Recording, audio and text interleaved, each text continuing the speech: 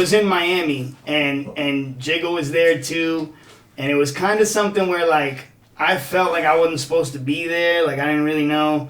Whatever, so you never were like, what's Jay-Z got that my man T-Card don't got? Nah, I was doing some promo shit, and I just had access to the green room, but it was like, you go and start like chatting up Beyonce, that's a one-way ticket out of the green room. Fair enough. Well, since I know Beyonce watches the show and shit, you'll be, I ain't mad at you. And it's Hov, not too too. late. It's not too late. All right? Hov, I'm gonna send you my mixtape, man. Well, just, as if you guys care. Maybe you do, I don't know. Beyonce, just hit the comments and shit with that. Actually, I was very close in proximity, not close like friendly, with Rihanna a bunch of times during that. Well, she could hit me up in the comments too, you know. I don't discriminate. Beyonce, Rihanna, both, they could fight over me. I'll tell you this though, they're both people that you can like feel their energy. Oh yeah, like they could feel my energy too, anytime.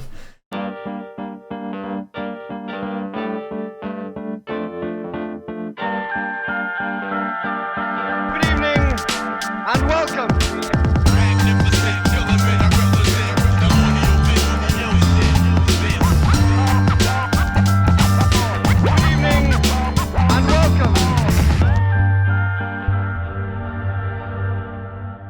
De Oro. Okay. Oh shit, that's ill. The name of your show in Spanish is La Hora de Oro. De Oro. La Hora de Oro. Vale. Hola, bienvenido a la Hora de Oro, número 2. That's what's up. Hey, welcome back. Golden Hour, episode 12. I got a one-of-a-kind guest here, Mr. Steve Wish Shannon, my G. My man. Good. What's up, bro? Yeah, welcome to the show. Third time's a charm, yeah? Yes, sir. Yep. As I hear. Yep, we get 3 wishes. Let's go. Oh, here we go. Well, we only need 1 today, and we got him right here. Ba-boomska. Yeah, there we go. How's that for a double entendre, motherfuckers? Boomps. But yes, we tried to get you out here a couple times. I think maybe we canceled once, you canceled once, and you know, all things in good time, right? Third time is a charm. Yep, there we go. All right, that took me a second, but yeah, man, I've been seeing a couple of the episodes. We know each other for a long ass time. Yeah, how fucking long? Man, I can't count that high with my shoes on, bro. Yeah. I stopped right here. Yeah, quite a bit. Go public school, but no, so, I don't know, man. Years to say the least, on and off, but I just, I got a lot to say, and people are always like, man, you should write a book, and I'm like, I got too much ADD for that, but podcast is right up my alley, son. Yeah, you can just rifle them off, no doubt. Let it roll, get bold. Absolutely. So, for people who don't know you, you're blowing it. For people who do know him, that's your G right there. And so why don't you tell the people a little bit about, like, where you came up, and, like, where you're from and all that, Northeast Kingdom, or... Yes, and like improv comedy. So it took me a second, man, because he said, for people that don't know you, you're blowing it. I was like, damn, I fucked up if I didn't can I curse in here? He said, all right. Yeah, we say fuck shit, not PG-13. Yeah, we say all types of En la hora de oro. Yeah, mierda. Episode número 2. Mierda. Con Vivo e Wish. Wow. Como deseo en español. Anyway. Sabroviante. No, so question was, people who don't know me, I guess, tell a little bit about myself, right? Yeah. Where am I from? The Northeast Kingdom? Yes, and. So I grew up a lot in the Northeast Kingdom, specifically Wheelock. It's a little town that a lot of people never heard of. You're up by the border there? Pretty close. I mean, the border's still like 40 minutes, depending on who's driving. Yeah. Some of our crazy redneck friends out there get there in like 25. But, I was born in Boston, in Malden Hospital, 1987. Fucking Malden guy. Malden, dude, right down the street from my grandmother's house in Newton, Quanah. Anyway, half my family talks like that. Oh yeah, me too. Hell yeah. So yeah, man, I was born in Boston, and then like we moved back and forth a few times because like my parents got some land from my grandfather, but it was just land, so we put a trailer, and then for the winters it was too rough, so we went back out of Boston. We come up in the summers to work in the house, whatever. And then also my parents got married, separated for a little bit, back together, divorced each other, remarried each other, divorced again, and then moved in together unmarried, all before I was like 16. Yeah, they had to make sure it was right. Yeah, you know, I mean, they didn't give up. Tenacity got passed down. But so anyway, because of all that, like, we kind of bounced back a little bit from like the Northeast Kingdom to like inner city Boston. So basically like the same place, you know, till I was like 10. So in 3rd grade is when I moved back for the final time before I leave again. I went to high school and college in Vermont. I went to Johnson State for a whole 1 semester. Nice. You learned everything you needed to know? And how. We can get into specifics about that. Johnson was a really interesting time for the short time it was, you know. And it was funny though because my best friend, shout out Ellis Johnson, I'm gonna call you out for this, bro.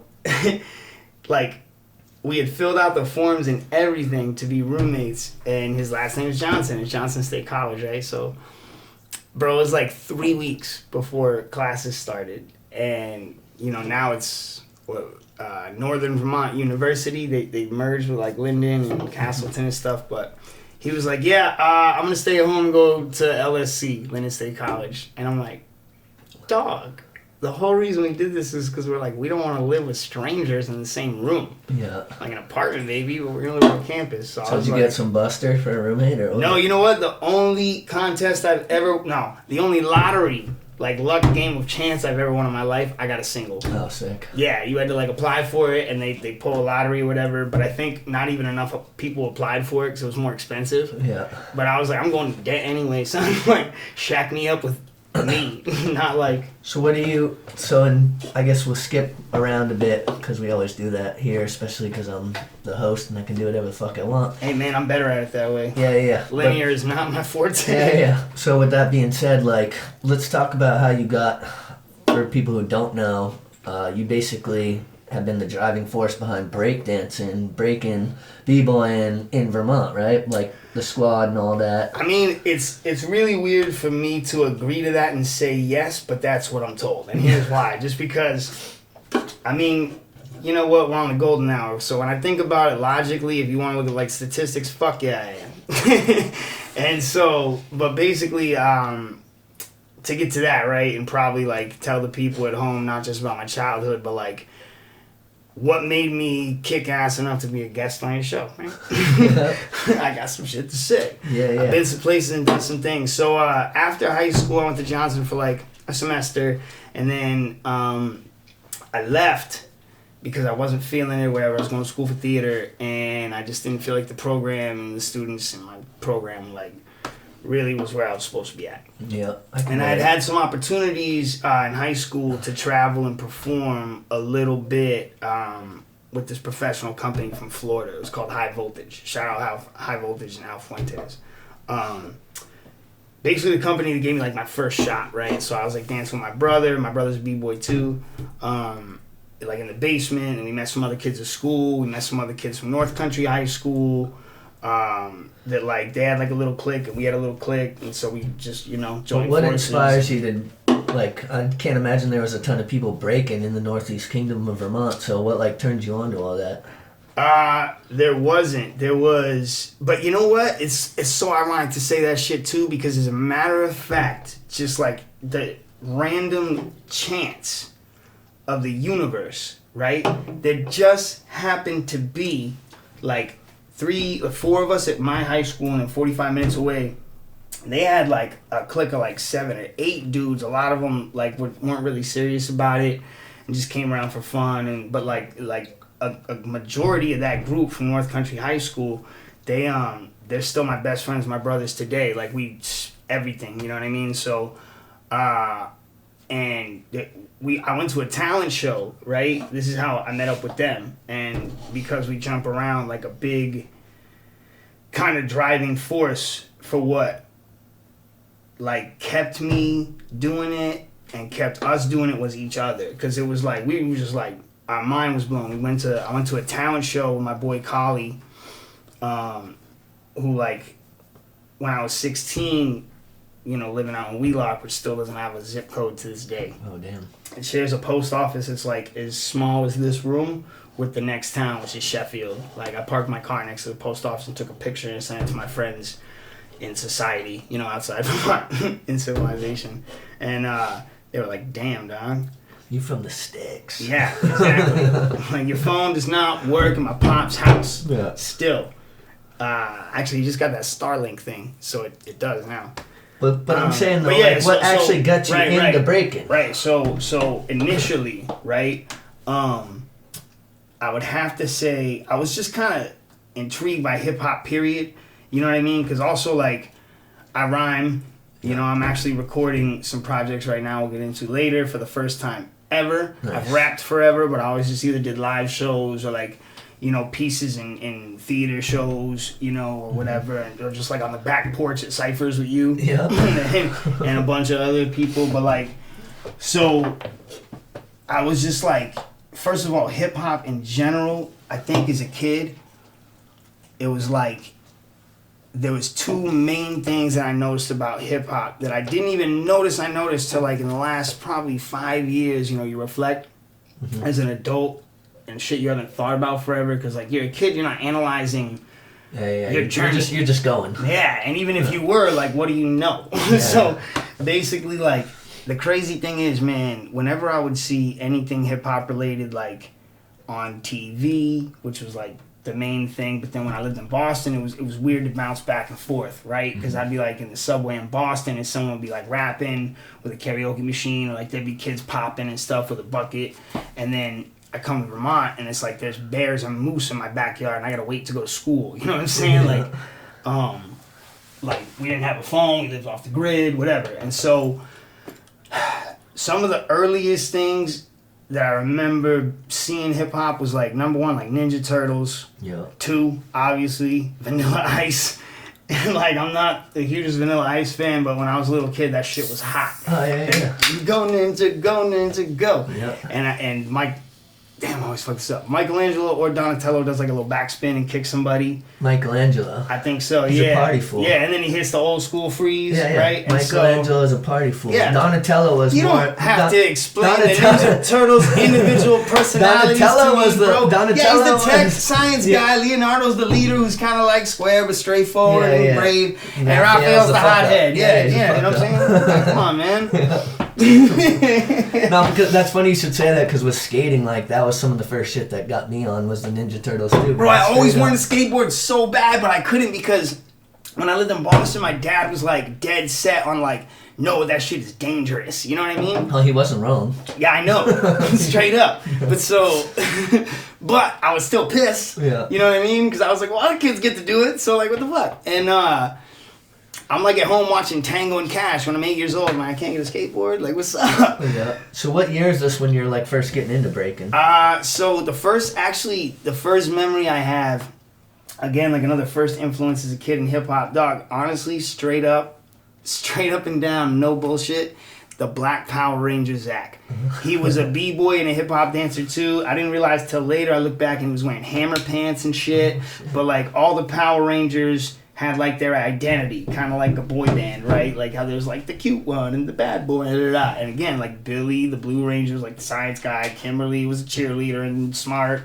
Or no, it's so messed up. The Yellow Ranger was Asian, and she was like tutoring fools in math, or like tutoring them, period. And then, and the black dude was the Black Ranger, and he was a hip hop dancer. How culturally appropriate. I mean, you know, I just saw the green numbers back then. I didn't see the picture of the Matrix yet, you know. This is like when I'm 6 years old.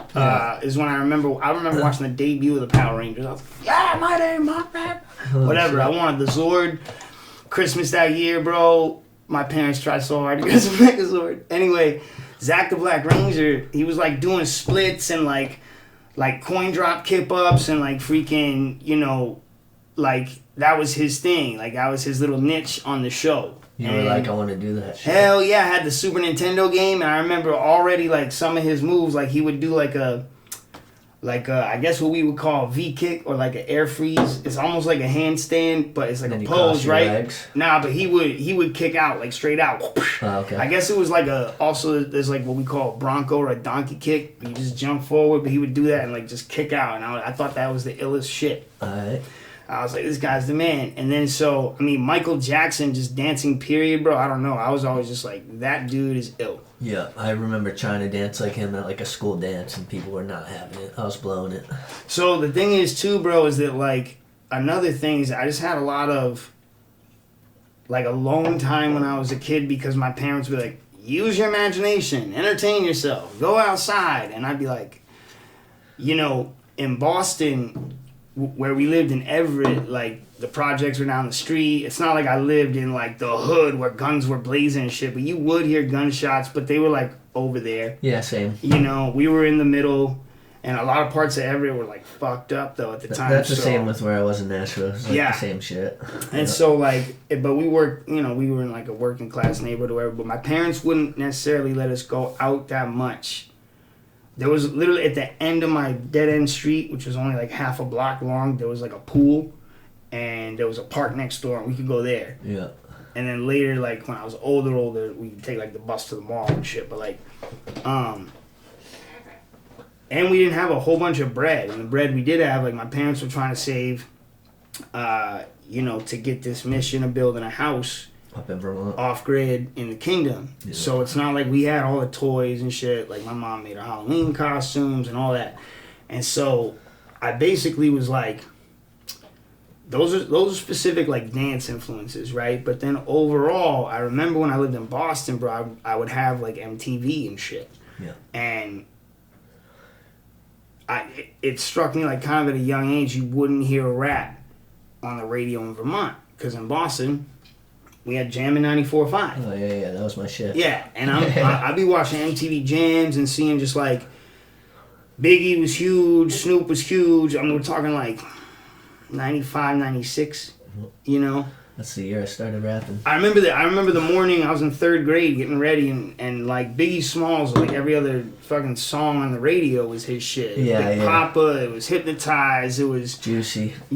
All that, you know what I mean? And then Puffy and Mace, like before I ever heard the Message, I heard the redo, the can't nobody take my pride, whatever. But so anyway, I noticed that wasn't up here, and it like having that exposure to it, but then separation from it, like, and then use your imagination, like to know more about something that I liked that was like there sometimes and then wasn't. Yeah. And like, dude, Space Jam, bro, like, come on, like the video for the Monstars. I mean, I can and relate stuff. because I started rapping in Boston in ~95, and then I moved here the next year, or like a year and a half later, and like I didn't know no one was really rapping. Like, the first kids that I met that were rapping were Luke Sullivan and Kyle Burrows, and everyone else was like, I'd get clowned on for being a white kid trying to rap. We'll get to that too. Have you been to the Northeast Kingdom? Anyway, so, the thing is, like, I was kind of just intrigued by it, and like everything I liked, kind of like Surf Ninjas, like Tone Loc was in that. You know what I mean? I did martial arts. My parents put me in Taekwondo. That wasn't like too dangerous. So I did Kempo too. So same type of deal. Yeah, and so like just the certain stuff I was into. Like my dad always had Bruce Lee movies on, and at that time, like especially when I was living in Boston, even when we came back though, they still had a video store. Back when that was a thing. Yeah, like a Blockbuster or some shit. In Boston, we went to some chain one. It wasn't Blockbuster, but up here, obviously, it was like, I think it was called, it might have been called like New England Video, which like every town in Vermont, when there was video stores, had a New England Video. But yeah, man, so like Jackie Chan was popping, like I remember the new Jackie Chans would come out, like Rumble in the Bronx came out. That movie was so sick. Yeah, bro. And like and I was salty because I didn't realize till I was older that they were dubbing it. Like I didn't see the timing misfire. Yeah. I didn't care. But I was watching like wrestling and even like the corny ones. Like there was, what's that dude that used to do windmills? K Quick. Oh, alright. And they used to, I think that, or not. What, in like Booker T maybe? In like WWF you're talking. Yeah. Oh, okay. Man, when I was a kid I'd watch wrestling and stuff. But anyway, like the main thing too is like I was intrigued. I had some alone time. I didn't start rapping till like I like tried myself out, but I like was scared like if someone walked up while I was doing it, like, when I was like 13. But I was like 14, like freshman year. Again, I met some other kids in my school still today, to this day, my brothers. My brother used to spit a little bit. He did more like spoken word poetry. And I always really dug like the social aspect of hip hop too, where it was like a camaraderie. You know, like you see Beat Street and it's like it's a crew and they're going through shit together. Squad up. You know what I'm saying? And like you got this going on, but you could do that, and I got this going on, but I could, and whatever. And we're broke. Form like Voltron. Yeah, 5 fingers in a fist, like, you know what I'm saying? Yeah. Like, and ain't everybody Bruce Lee where they could just 2 fingers, you know what I mean? So at what point are you is like the Rhythm Riders kind of like becoming a thing? That's a little later. So I just wanted to say one more thing too about like my early kind of exposure to hip hop, like whether it was sometimes when I was in Vermont, I would like go to friends' houses and their older siblings or sometimes ones that had young parents would be like rocking some shit, and it's like my parents wouldn't put up with no curse words and music, which is funny because we were watching R-rated movies young, you know what I mean? But they didn't understand it. And they only knew, and that was another factor too, is like parents just don't understand. But like shout out Will Smith. Whenever you're told something, when you get to be like almost adolescent or a teenager and you have your own opinion and brain, and then like some authority figure says like, "'cause I said so," but you're like, yo, but that doesn't make sense, and you're not allowed to say that back. But you're gonna go in some way if you have an opportunity. Oh, you're doing it even be more. Be a fucking investigator. You're doing even more than if they didn't say that. Exactly. That's for damn sure. And now I like Janis Joplin, The Grateful Dead, freaking Crosby, Stills, Nash and Young, BTO, freaking pick one. Now at the time, nah, bro. Anything my parents liked was automatically, except some shit, just like not cool. Yeah. And even just not cool, but like I've been a teacher, as you know, I'll get into that too, like now I've taught at my high school as a guest teaching artist every year with the exception of the COVID years for 14 years. Yeah. That's commendable. And at Lamoille for 13. You know what I mean? So, and working with kids in middle school and high school, that's the age where you start picking your clothes. You start, picking your slang. You start, like, developing this identity. You're not just watching, like, what's on the kids' channel or, like, what your parents put on or whatever, you know? And so that was part of it. But also, like, dude, one thing I noticed was, like, because of that, I hated, not because of that, but I noticed it because of that. Dude, I hated being told because I said so without explanation once I got to a certain age. Yeah, I was like... That's one thing I vow to never do with my kids. I'm like, I'm never saying because I said so. I'm going to break down the reason why it's like this. Because you got to treat your kids like humans. And like... To a certain degree. They deserve to know certain things. Like, 100%. Hey, this is why you can't run in traffic. Because if you get smoked by a car, it's going to really suck. It's going to suck for you. It's going to suck for us. Yeah, but and now that makes sense to them. And so now they ain't running in front of traffic. Yeah. Like, everyone will be sad. And, like, it's going to... Whatever, But you tell a kid, like, if you just get smacked, don't do that.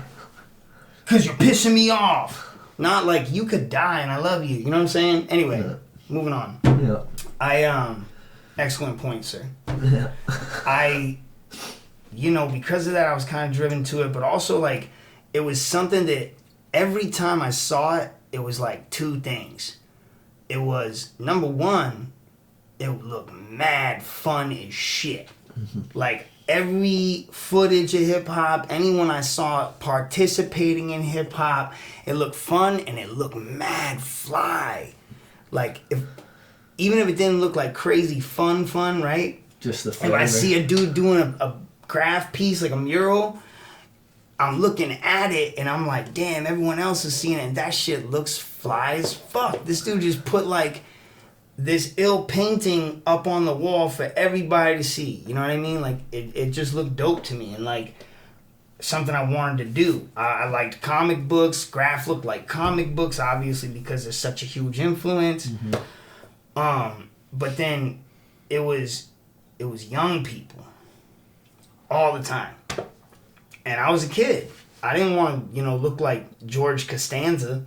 You know what I mean? I wanted to be out here like I don't know, Leonardo DiCaprio or something, or freaking, you know, even Chris Cross or whatever the case. Oh, I used to show up to school with my pants on backwards. That definitely happened for a few months. You know what? There's no doubt about that. The thing, if my parents would, like, they were weird about, like, not weird, but a little, there were certain things they were really lenient on and certain things they were more strict on, and certain stuff like haircuts and, like, outfits and stuff like that. But then, like, we could go do stuff as long as we called them. You know what I mean? Mm-hmm. But so, like, where was that? I'm so proud of myself. It's the first time I lost my train of thought. So whenever I saw hip hop, it was mad fun. It was a party atmosphere, and it was young people doing it. And also, besides young people having fun, it was young people saying or doing some shit they weren't supposed to fucking do, or like being told that they weren't supposed to do at very least, right? For one reason or another. And then all of a sudden, that stop making all that noise up there turns into like, did you see that amazing move that kid just did? I'm gonna put $5 in the bucket. No. You know what I'm saying? As soon as what I say at the dinner table and I'm making a point is like, don't talk like that, I see some young person with a microphone making it rhyme and sound and look fly and intelligent, and all of a sudden people listen, right? And not only was it fun a lot, it was, and stuff you're not supposed to, told you're not supposed to do or say or think. It was important shit. It was the first time I saw young people being fly and like expressing themselves. Dog, they commanded respect, dog. And I didn't understand that I felt like this as a kid. I just thought like, they are the coolest. I want to be like them, right? But here's the thing. In Beat Street, which you asked again, coming back to that because we jump around, Beat Street was the catalyst, the number one. If I have to pick like a moment, that is the moment where I turned the corner. I was in 8th grade. I feel like it was early, like Saturday or Sunday morning. I had my boy sleeping over. It was like 8:30 in the morning. We're scrolling the guide on like Showtime or Stars, and it said Beat Street, right? And like, youth in 1980s New York used breakdancing, rapping, graffiti, and DJing to express themselves and conquer their issues or whatever. And I was like, I'm with it. That sounds fresh. What's up with this? Yeah. And so my boy Adam was like, yeah. And like we listened to rap and stuff together. He was never like a hip hop head, but he didn't hate on it like some redneck kids in my school. So we put it on and like, yo, from the jump, I'm like. And then there's a scene. Like, dude, the opening scene, they're performing on the street, and then the mom's like, why'd you get in so late last night? Like, you know, and he's like spitting rhymes kind of at the table. He's like, what's the big deal about eating oatmeal? All I feel is tired for real. But he's just playing. He's not like, it's not corny. It's done really well compared to other movies that try to do the same thing. Like, yo, Breaking and B Street, not even on the same plane at all. Yeah. Plot-wise, acting-wise, none of that shit. Anyway, because B Street showed all the hip-hop. Yeah. Not just, like, exploiting breaking. It's funny you reference Beat Street, because I can literally remember the first time I saw it, too. And I was Beat Street! I was definitely, like, just so captivated instantly. Yeah. You gotta believe in something. Yeah. You gotta believe in someone. Yeah. You got to find that special something. Make you wanna meet the morning sun. Cause there's people living and people dying. There's people giving up and people trying. There's people laughing and people crying. And it's all about a heartbeat. Yeah, I'm talking about Beat Street. Yeah, that shit was dope. Hey, dog, shout out to all y'all motherfuckers, because without Beat Street, I think a lot of us wouldn't have ever jumped on the way we did. In the breaking community, it's like the movie. Like, there's like, it's like what Star Wars was to Graph. you know what I mean? Like, straight up. That's why we're homies like that. Yeah. But so, my raspy ass voice. I've been moving furniture in 90-degree weather all day. Yeah. Sucking in dust. Keeping it moving. But hey, so I want to, because, you know, we're going to talk. We have hours.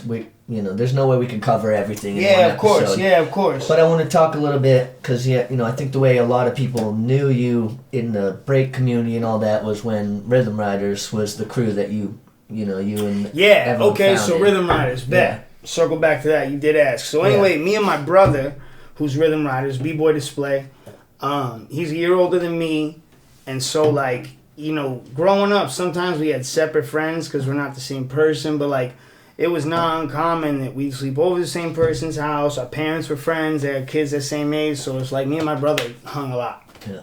And I was a little more into like the dance side of things. I was like popping and trying to do the moonwalk and like, not trying. I used to have an ill ass moonwalk. But Right. it's bad crazy where I tried like a few times like in the last year or so, and I just always felt like, damn, I'm gonna do this in public. You gotta step up your moonwalking. Yeah, I didn't go back and practice it, so it's like, you know, whatever. But anyway, my brother was always just like rambunctious. Like he taught himself. We had like an old like futon we were getting ready to throw away, but wasn't a priority, so it just kind of sat in the basement for a while.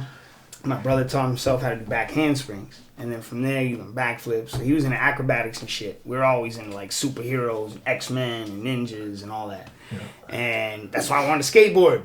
But I got the snowboard though. That was the thing. But anyway, Rhythm Riders happened because so me and my brother would just like practice moves, but we didn't really know what the fuck was what. It was probably like a year or something, and then like. So there's like as I said, there's like two sides of the main like cliques that joined forces to originally form Rhythm Riders, and then there's like three more wild card members that came in from different parts of Vermont. So I'll go through like in a nutshell. Me and my brother trying moves, and my freshman year in high school, the theater teacher who was her first year teaching in a high school, she was fucking ill. Gave me a lot of opportunities. Was an assistant director on my first professional theater tour. Anyway, moving on. She seen a poster after she like volunteered to chaperone like the school dance or whatever. And my brother and I were kind of getting down. We could do like backspin. My brother could do a backflip. You know. And I mostly could pop at that time. But then so she saw that and like she gave me a flyer for a breaking workshop at Linden State College. So Linden Institute, my high school, is right here, and then like a third of the mile up the road is Linden State College. So it was snowing, it was November, some shit, it was cold as fuck. I didn't have any money. I was either in trouble with my parents or they were like, you know, not having a great time with certain things, so there wasn't really money. And my brother had a job at McDonald's though. So he was like, yo, I got you. So we hoofed it up the hill in the snow.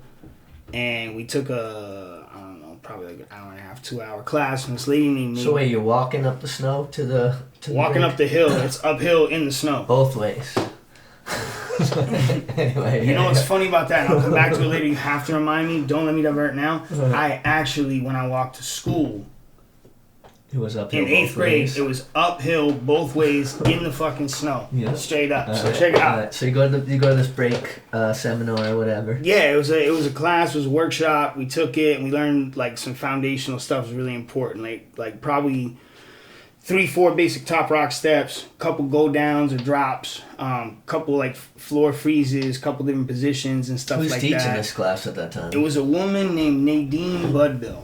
Okay. She's done some stuff kind of in the education circuit, I think, with colleges. I don't know her full resume. Yeah. I do know that my dance teacher at Linden Institute hired her, and she ended up coming back like a year later to do a class at the high school. All right. Shout out Nadine. Yeah. I don't know, you know, too much of... I'm sure I read her bio back then, yeah. So I could have told you, but I don't remember her resume, but I remember her name. So did you leave there feeling like, damn, like thirsty for more? Absolutely, and you know what? I never thought about this till like right now. But I think that also kind of like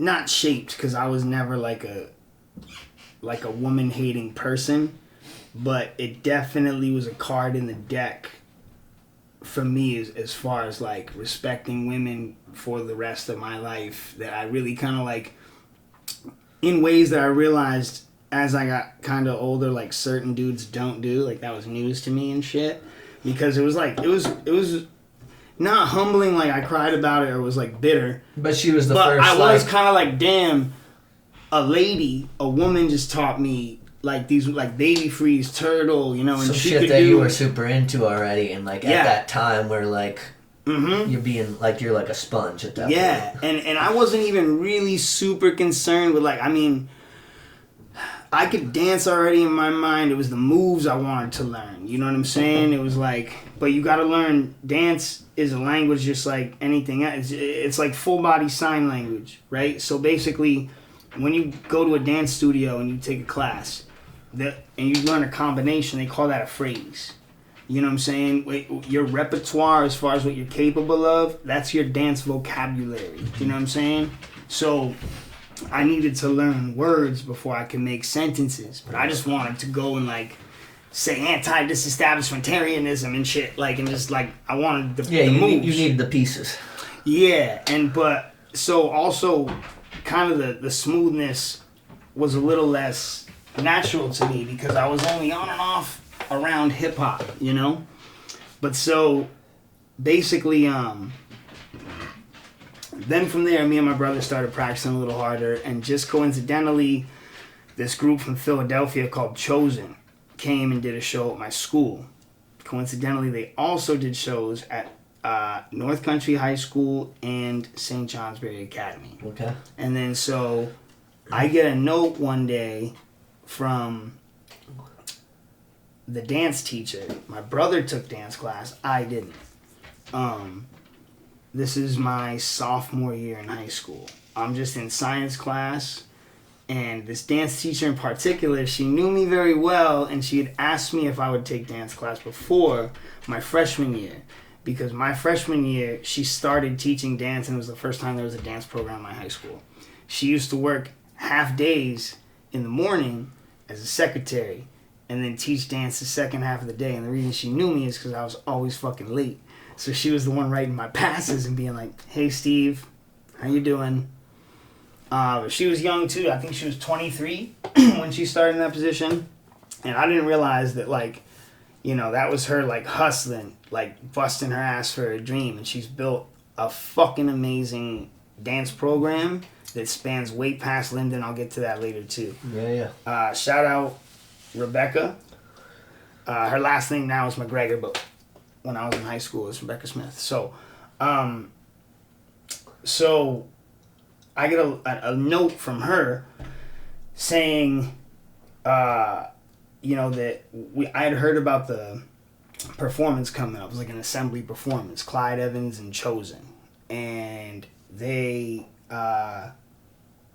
sent me a note saying, like, do you want to come and do like a workshop with my dance classes? Because again, she had seen us at the school dance. Yeah. And she was like almost like best friends with my theater teacher, who was my favorite teacher. And theater was like my favorite shit when I was at school. Because I wasn't taking dance yet. But also I didn't want to do the dance that was offered at my school until later. When I just wanted studio time and access. And to round myself out. Sorry. There's this one or two fruit flies out here. Hey, man. Life's life. It's cool. Yeah. I wasn't sure if it was dust or whatever. So anyway, then we see this group Chosen, and they do this like hip-hop theater dance performance. And I realized Clyde used to be a member of this dance company called Pure Movement with Rennie Harris, who's a hip-hop dance legend. Mm-hmm. I'd actually meet Rennie and intern for him later. We'll get into that too. Anyway, they do the show, and they explain and demonstrate, and we see the difference of the music and the style of dance and the history, the chronology of how it evolved from funk styles, which was like popping, top rock, you know, locking, and stuff. And even before top rock, there's the reason it's called top rock. There's a style of dance called the Brooklyn Rock or battle rocking. Identify the law. Exactly. Yeah, right. I mean, I know. And they I'm much call of a it breaker, upright but I know too. the terms. Yeah. Know? So basically, but the thing is, the Brooklyn Rock or up rock or just rocking, it's like a gesture, like a freestyle fight dance in live time. But the thing is, on the fourth beat, 1, 2, you act like you're fighting. You come up with the illest burns. Like, right, I'm gonna pull out a switchblade on you. Yeah, you know what I'm saying? I'm gonna cock my gun, and you'll see it. But then on number 4 and 8, you drop all the way to the floor to a full squat. So like these guys in the 70s, it was a gang dance, and they do that shit for like 7-8 minute James Brown songs, right? Yeah. And you get sweaty as shit. Yeah. And your thighs are jelly. So on the 4 and 8 is when you get to catch your breath right quick. No, it's when you drop down to the floor, because then that means on. Oh, I'm sorry. 5 and 7. Wait, time out. My math's terrible. You gotta drop on. The 4 and 8. But what that means is on the 5 and the next one, you gotta jump up from doing that, and you can't just drop. You gotta back up. So that's like a power squat every fourth beat. And you gotta think, dodge, you know what I'm saying? Yeah, someone else is fucking about to come at you. Yeah, so anyway, staying up is top rock, right? Yeah. And then so, but this show, Clyde Evans had, they broke it he all narrated down. and kind of went through that whole thing. Sorry, guys, I forgot to put the silence on. And so, that kind of intrigued it, but also, like, I had already read, like, this crazy book, like, Can't Stop, Won't Stop. It was, like, this thick from the library. I read that book. My man. Yeah. And a lot of the stuff he was talking about is, like, Africa Bambaataa. Yeah, this other guy with 2 turntables, and I was like, you know, Cool Herc, or whatever it was, Grandmaster Flash, and they were like, how do you... Kids in my school, in the NEK, the whole little circle was like... Oh, how do you know that? I'm like, I told you I know this shit. Because I've been reading and shit. Well, yeah, when I couldn't go see it anymore. So I had to get anything if it was like a clip on the news, like Beat Street. Yeah, like, this is obviously before like internet's popping. So. Bro, when my brother, I saw Beat Street once, I told him about it. Found it again, because we scrolled through like the guide for you used to be able to have to go for like 6 days. And I found the next time. I wrote it down. Yeah. Me and my brother made sure we watched it. He bugged out. He found the next time, he got a tape, and he was like, one of these cartoon tapes, a masking tape that says like Bugs Bunny, you gotta fucking go. Yeah. We need this. Play and record same time. You know, yeah, for us to access, right? So he recorded it, and we actually ended up letting our tape rock till our tape popped, and it snapped the thing. We must have done like 3 surgeries with masking tape and shit. Nah. Scotch tape. Yeah, of course. So, of course. Bro, anyway. Don't act like I don't know. Yeah. I just didn't want the whole world to be like, masking tape. No, trust me. My fucking tape popped numerous times. Well, actually, the kids won't even know. Anyone like too young, like, but our age, they'll be like, you use masking tape, rookie? No. But no, so anyway. And the same thing with if you're just like trying to make your own little mixes off of the radio and shit at that same time. It was the same thing. Yeah. The double tape day. Yeah. So anyway. And I used to get pissed like when the DJ's voice would come on someone's mixtape. Because I'm like, dog, you didn't go back and fucking get surgical with that shit? Yeah. You just fucked up the whole vibe. So wait, bring it full circle though. So at what point, so your brother and you getting into this whole theater shit. So at what point are you like, we're gonna make our own crew? Right. So this is what happens: is that this other kid Matt at my high school, after that show, right? And remember that show was they came to the performance like an assembly performance, and then they would teach a workshop for the dance program at the respective school. Then, like at the end of the week or some shit, all the kids that took the class and took dance class anyway would come, and they're the openers of the performance, and they do that performance at night. Yeah. And that one was at my high school.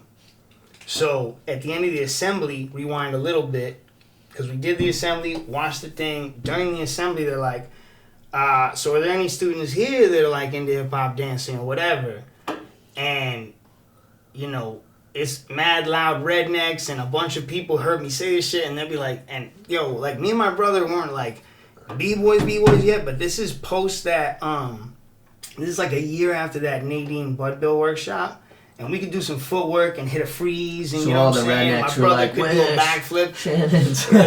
Everyone was like, Steve. There was no Wish yet. Right, and so they're like, Steve. And so I was like, yeah, well, I feel like I rose my hand too, and they were looking around, and because everyone was pointing at me, they're like, yeah, you.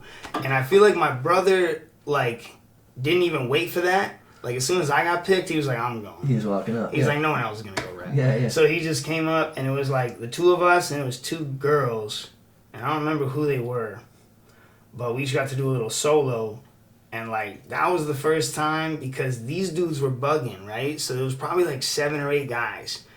And, I mean, it was probably the first time a lot of kids in my school saw, like, any of that shit, let alone, like, on TV or explained to about it, or, like, even saw, like, 7 black dudes together. Yeah. Wearing a Jacob the Jeweler watch or, like, you know, a Puma sweatsuit and spinning on their I can't head imagine there's a lot of ethnicity up there in the Northeast Kingdom, yeah? Man. But anyway, yeah. Moving forward. So that show also, my boy, so we did the show in the assembly, and then later on we did the show at night, and I started getting props from people at my school, and I met my boy Kali, who I started rapping with. We're actually, for the first time, recording a little music together soon. He's a singer-songwriter, Kali Stoddard Amari, look him up. And so, you know, I got a little bit more confident and shit, and this kid, Matt, I can't remember if it was before or after that performance, my sophomore year by Chosen. That was like in the fall. I got this link, like I was searching the internet and I was trying to get this DVD called Breakdance Step by Step. And it would teach you the moves. But another kid in my school who I didn't even know could break, this other kid, Johnny, who was DJ, he's like, yeah, Matt could do windmills. And I was trying to learn windmills. I'm like, you know the fuck he can't. And I just didn't want to believe it. And then he's like, nah, he learned from that DVD, Breakdance Step by Step. And I'm like, God damn it, I need to get this DVD. So somehow me and my brother, I think I was like maple sugaring, like I was carrying sap buckets. And I put my shit together, and I begged my mom, let me use your card, here's the money. Boom, bought the shit. And I was like, I have to learn this or whatever. And when I learned windmills, it was kind of, and my brother could do a backflip, it was kind of like what the kids in our school was just like a little bit like, yo, you can't hate on that shit. You know, you don't have to, like... Say something now, motherfucker. You know, pretty much, right? So anyway, then we meet Matt, we start like practicing with Matt. I enroll in dance class finally after school because Matt was going to do it, and I was like, oh, we could just get time in the studio together and break during school. Yeah. Yo, no brainer. I just pimped the system. Like, no brainer. great. Yeah. So, yeah, I'll do some ballet for that, you know? Or jazz. Got Fosse hands and shit, whatever. I had to do that for theater anyway. I was in Chicago, so I was like, I could do that. So, basically, not the city, the play. Yeah. And so, basically, then, that same year, not too long after that, these kids from North Country, these girls from North Country had invited that same kid, Kali, to their variety show, and they were both dancers. And North Country at that time had the baddest motherfucking dance program in Vermont. There wasn't a whole lot of dance programs in Vermont, but they were dope. Huh. Shout out Miss Skirtall for that. And so, anyway, we went to this talent show because he was like, Kali and my other homeboy, Stevie B, DJ Stevie B, he was like, yo, I met these girls at like the business fucking field trip. Let's ride. So we go up there and we watch the talent show, and one of them was like kind of talking shit. Yeah, these kids at our school that think they break dance, but they're like whack. I was like, oh, okay. And she was fly, so I was like, part of me was like, yeah, fuck them, they're whack. But part of me was like, bitch, that's exactly how people talk about me and they don't even know me. You know what I mean? In my school. So I go watch, and it was a lot of my crew. It was my boy Calvin, my boy, man, a lot of them. Roy Nate, a bunch of guys in my crew. And so, this other kid, other kids aren't in the crew anymore, whatever. But so, I was like, damn, like the kid Calvin, my boy Skywalker, Rhythm Riders crew, love you, bro. He's going to be rocking with me at A-Dog Day for the first time in a while. We're doing an exhibition battle. It's going to be dope. And so, coming up August 27th, A-Dog Day. Mark your calendars. Yep, Return of the Rhythm Riders. Well, that's on the list. We're going to get there. Yep. And so, he had done Flare to Windmill, which was a combination I was like really trying to do and busting my ass. And I was like a little salty, but I played it cool with girls. So I was like, yeah, that kid Calvin's pretty good. You know, I want to meet him and stuff. Like, But in reality, you're sweating them. I was like salty that I didn't have it yet because I'm trying to do that shit. So I couldn't. But I'm used to me being the b-boy. Like I got this juice after I did a couple performances. These guys from Philly validated me, whatever. Yeah. And then so then that might have been some of this might have been out of order. But then again, the company I ended up moving to Florida to work for, first at Universal Studios and then all over the place. Coincidentally, my sophomore year in the spring, after Chosen had come in the fall, like November, it was like April, they did a performance at Linden State College. They were like the final performance for this teen summit called Youth Town Meeting. And I'd been to it in 8th grade. It was for junior high school and high school. You go all day, you listen to lectures, take workshops, and there's like some fun stuff, free food, and you get a sponsored day off school. And I was like, and I could see some b-boys? Hell yeah, sign me up. So I signed up on the planning committee so I could meet them. And then I did. And right after that, I go to the packing house. This is the birth night of the Rhythm Riders. For all the things, the packing house, if you don't know about the packing house. R.I.P. Some people are like, oh, it's this little club. No, it was a bar with a dance floor that used to be a meat packing plant. And a mini ramp, which I used to go to allegedly when I was underage and go fucking get torched. This is before that. In the back, they had a little freaking quarter pipe. A half pipe. Yeah, that was tight. I mean, that wasn't until we left and came back. And that was like early 2000s when I was going through there. Yeah, so I'm 17 and I'm too young to get in because it was 18 plus. You could get X's and people be smoking cigarettes in there when that was legal and drinking and chewing, all that shit. Lots of chewing. And they at a time, they actually had 2, like, platforms with stripper poles up on the dance floor. I remember that. But it was a college town, right? So that was the hot shit. And it was, like, Wednesday and Saturday nights. It was bumping. Like, everybody was there. And so I was hanging out with college kids and stuff. Because I'm me. And I'm 17. And I would just always say I forgot my ID, and they was all right. Well, if you got an X, you can't drink. I feel like I remember the story. Something about how you were supposed to, how homies juiced you up to battle with the one dude, right? Yeah. So as soon as I walk in, and his homie did too. So as soon as I walk in, it's like some Saved by the Bell shit right here, like, bro, straight up, but like backwoods version. You know what I mean? Oh yeah, I got my boy Wish. They're like, oh yeah, what's up? I got my boy Cal. Whatever. Time out. I have to grab another beverage. Real quick, you got editing and takes, right? I can just bring my bag over here. Sweet. While I got a second, I want to give a shout out to Zero Gravity. Shout out Zero Gravity, the homie Chris Lee, all them. They make some good ass beers. Got some things in the works for them, so if you like good Vermont beers, check out Zero Gravity. I'm not sure if you've had your kid yet, but if you have, congratulations, Mr. Lee, and to your family. Support local, Zero Gravity. I'm going to say that as I crack a not local beverage, because that's what I brought. It's alright. It's alright. They're not paying me no money, so I ain't saying their name and they ain't homies, so fuck them. Yeah. Anyway, so that's all you get for free, bitch. They might see the can. So anyway, I'm at the packing house. Yeah. No, you're at Mesa's crib. Doing a podcast. Right. Okay, so I forgot to say, and action. Rolling. My fault. So, I'm at the packing house, and basically as soon as I walk in, right, I'm already there underage. I'm not supposed to be there. And my boy Mikey comes up, and... Mikey's a redneck? No, Mikey is like the G-est dude. Well, alright. And, some of the things that make him the G-est dude, and a great, amazing person, really good friend. I'm not going to say why he's the G-est dude. Yeah, on use the your podcast. imagination. Exactly. Oof. Anyway, so, love you, Mike. Mikey Reynolds, man. And so he came up, he's like, yo, Steve, this kid over here is running his mouth talking about his boy's the best breakdancer and he'll smoke anybody. And I was like, no, the fuck he's not. My boy's Steve. And Mikey's like, at this point, he's a wild cowboy, son. Like, he is a wild boy out there in the kingdom doing his damn thing. He must have been, like, a senior? Or not. I think he graduated, like, the year before or something like that. And he was like, He's like, the kid looked soft. That was talking shit about his friend, like, you know, saying his boy's the best. So I didn't smack him, but like, he's like, yo, I told him no. So he's like, listen, when the time comes, you better shut this fucking kid up. And I'm like, all right.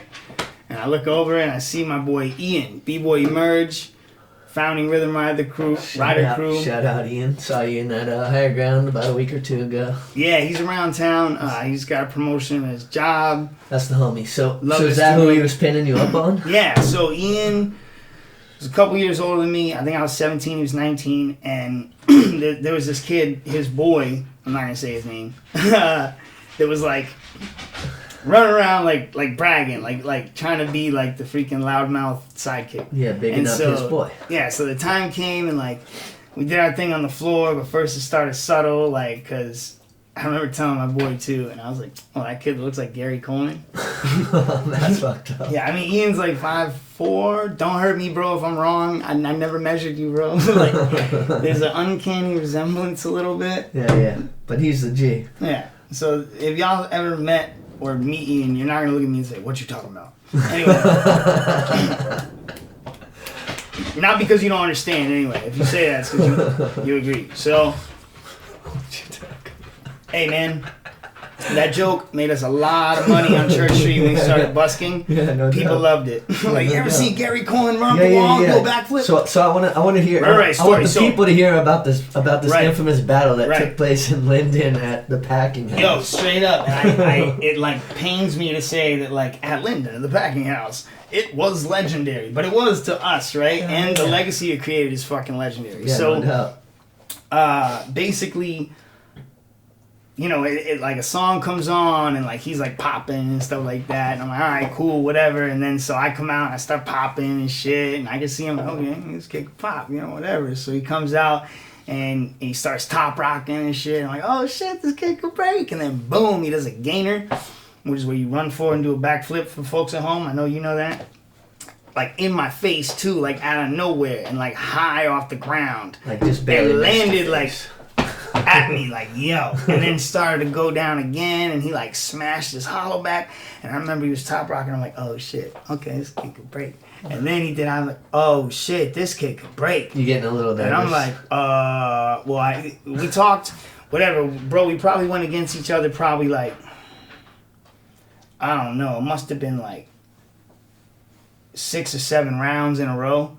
And no one would ever let us go that long before because we didn't really want to. We were tired and we were sweaty, but like people were going off. Yeah. And actually, this is definitely after I met those dudes, High Voltage, because I think I went to the Packing House with them one time, and then I started to get some juice too, and that's how I started hanging out with college kids because they were hitting on these college So chicks. you and Ian have this battle, and like, it's obviously once you see someone else who's fucking got it, you're like, oh, word, respect. We were like right here with the thing, but then everyone's like, yeah, fuck that kid. I'm like, nah, he's cool. I just met him. We're gonna hang out next week and shit. You're like, I just made one of my lifelong best friends. Yo, so check it out. So little did I know, but it was like meant to be from the beginning because I was like, yo, dog, you're fucking nasty because like, and he's like, you're nasty because I had moves he didn't and he had moves I didn't. Yeah, So we naturally. both thought we lost. Yeah. You know what I mean? But then he's just like, also, if you know Ian, he's the coolest guy ever. You're both offering the draw. But yeah, like, dude, I'm way more confrontational and tough to deal with than he is. Ian is like if you have a problem with Ian, I'm skeptical about you as a human being. What happened? You're probably fucking up. Yeah. You know? So like, anyway, I told him, I was like, yo, where you from? How old are you? He's like, I'm from North Country, you know, ASL. And he's from North Country or like Newport or whatever. And I'm like, okay, I'm from here. I saw some kids from North Country breaking this town show. He's like, yo, I break with those guys. And I'm like, no way. And he's like, yeah, we're gonna be at the dance recital for North Country on Sunday.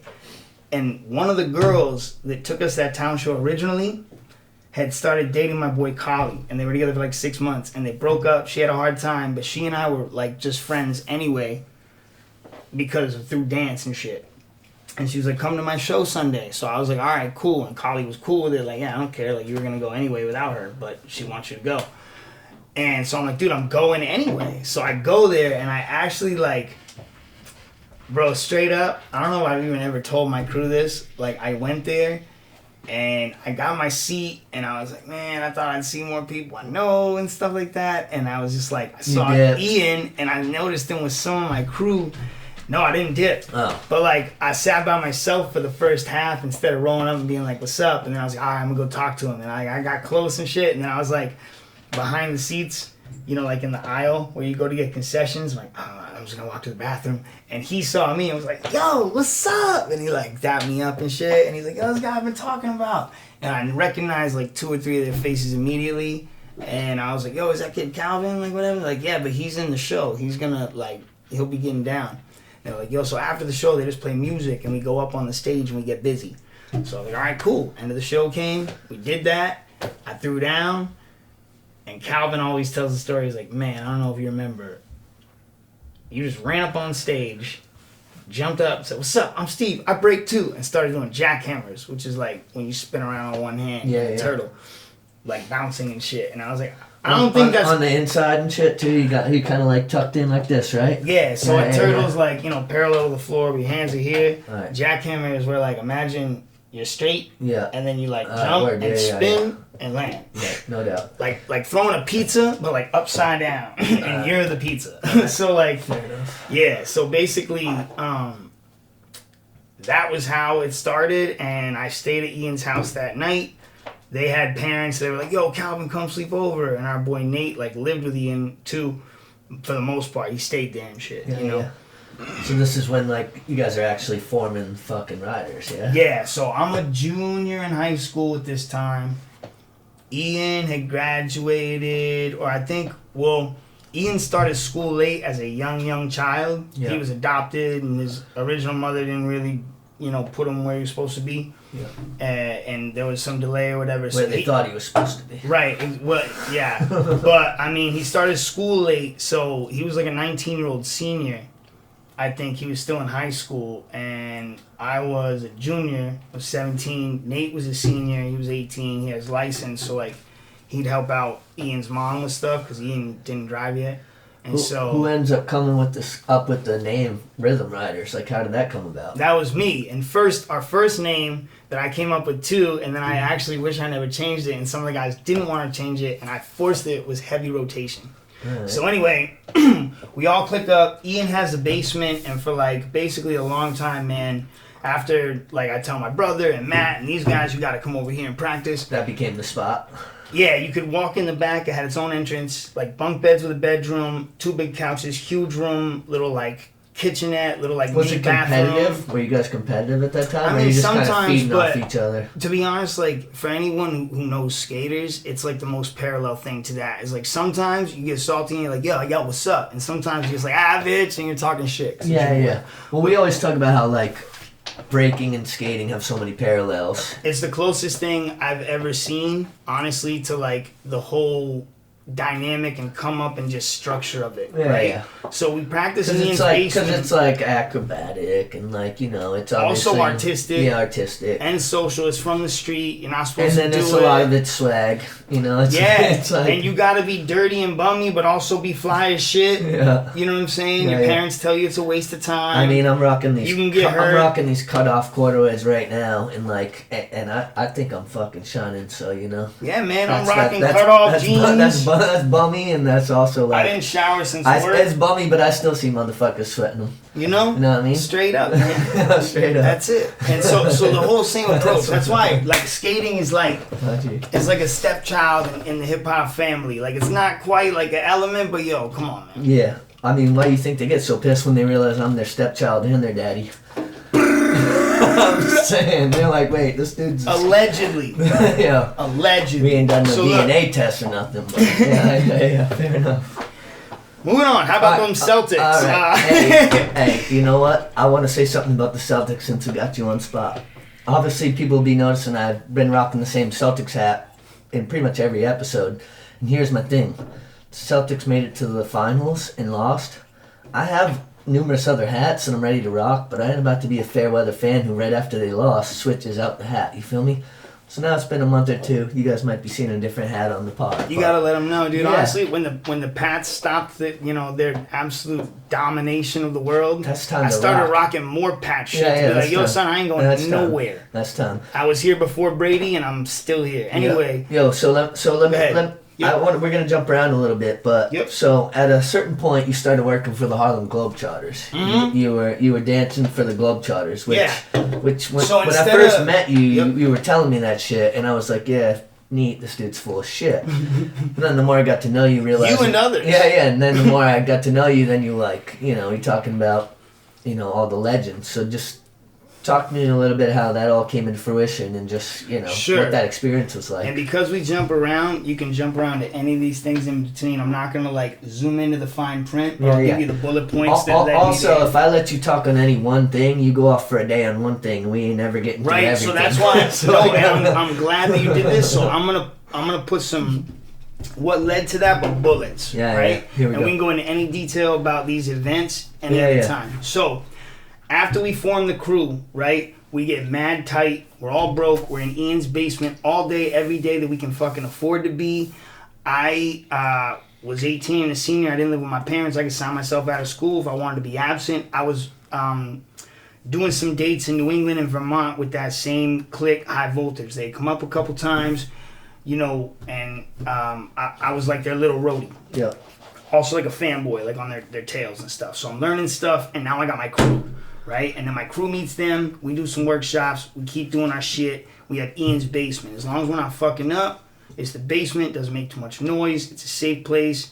We all crash on the floor. We're dirty ass bums. But summer vacations, school breaks, weekends, everyone's there. Are you all in at this point? You're like breaking. Pretty much, it's like breaking's what it ramping is? up, dog. Okay. Like it's like I felt like I was all in because it was the thing that I was like. There was me, there was mine already. But then like my homies was like, I just met these kids and we relate like we're fucking b-boys, bro. Having a squad like that to push you that's when you really see it start to go, because that's when whether call it competitive or influencing or whatever. That's when you're like, well, shit, homie's fucking putting in work. I ain't gonna be the one sitting here left behind sucking. Right. You're like, I'm gonna put in work. And we can have fun too when you put in work, and like just like skating, you choose what tricks you want to do. You choose what direction your style's gonna be. Yeah. You know what I'm saying? It ain't no like A, B, C. Like there's basics that you gotta learn, and you're kind of a toy. Yeah. But after that, like you're the master, bro. Here's the brush. There's the. So the what was the first was the Globe Trotters your first professional gig? No, it was actually my absolute last professional Okay. tour that I ever did. Okay, so what about So we come forward? we come from Ian's basement.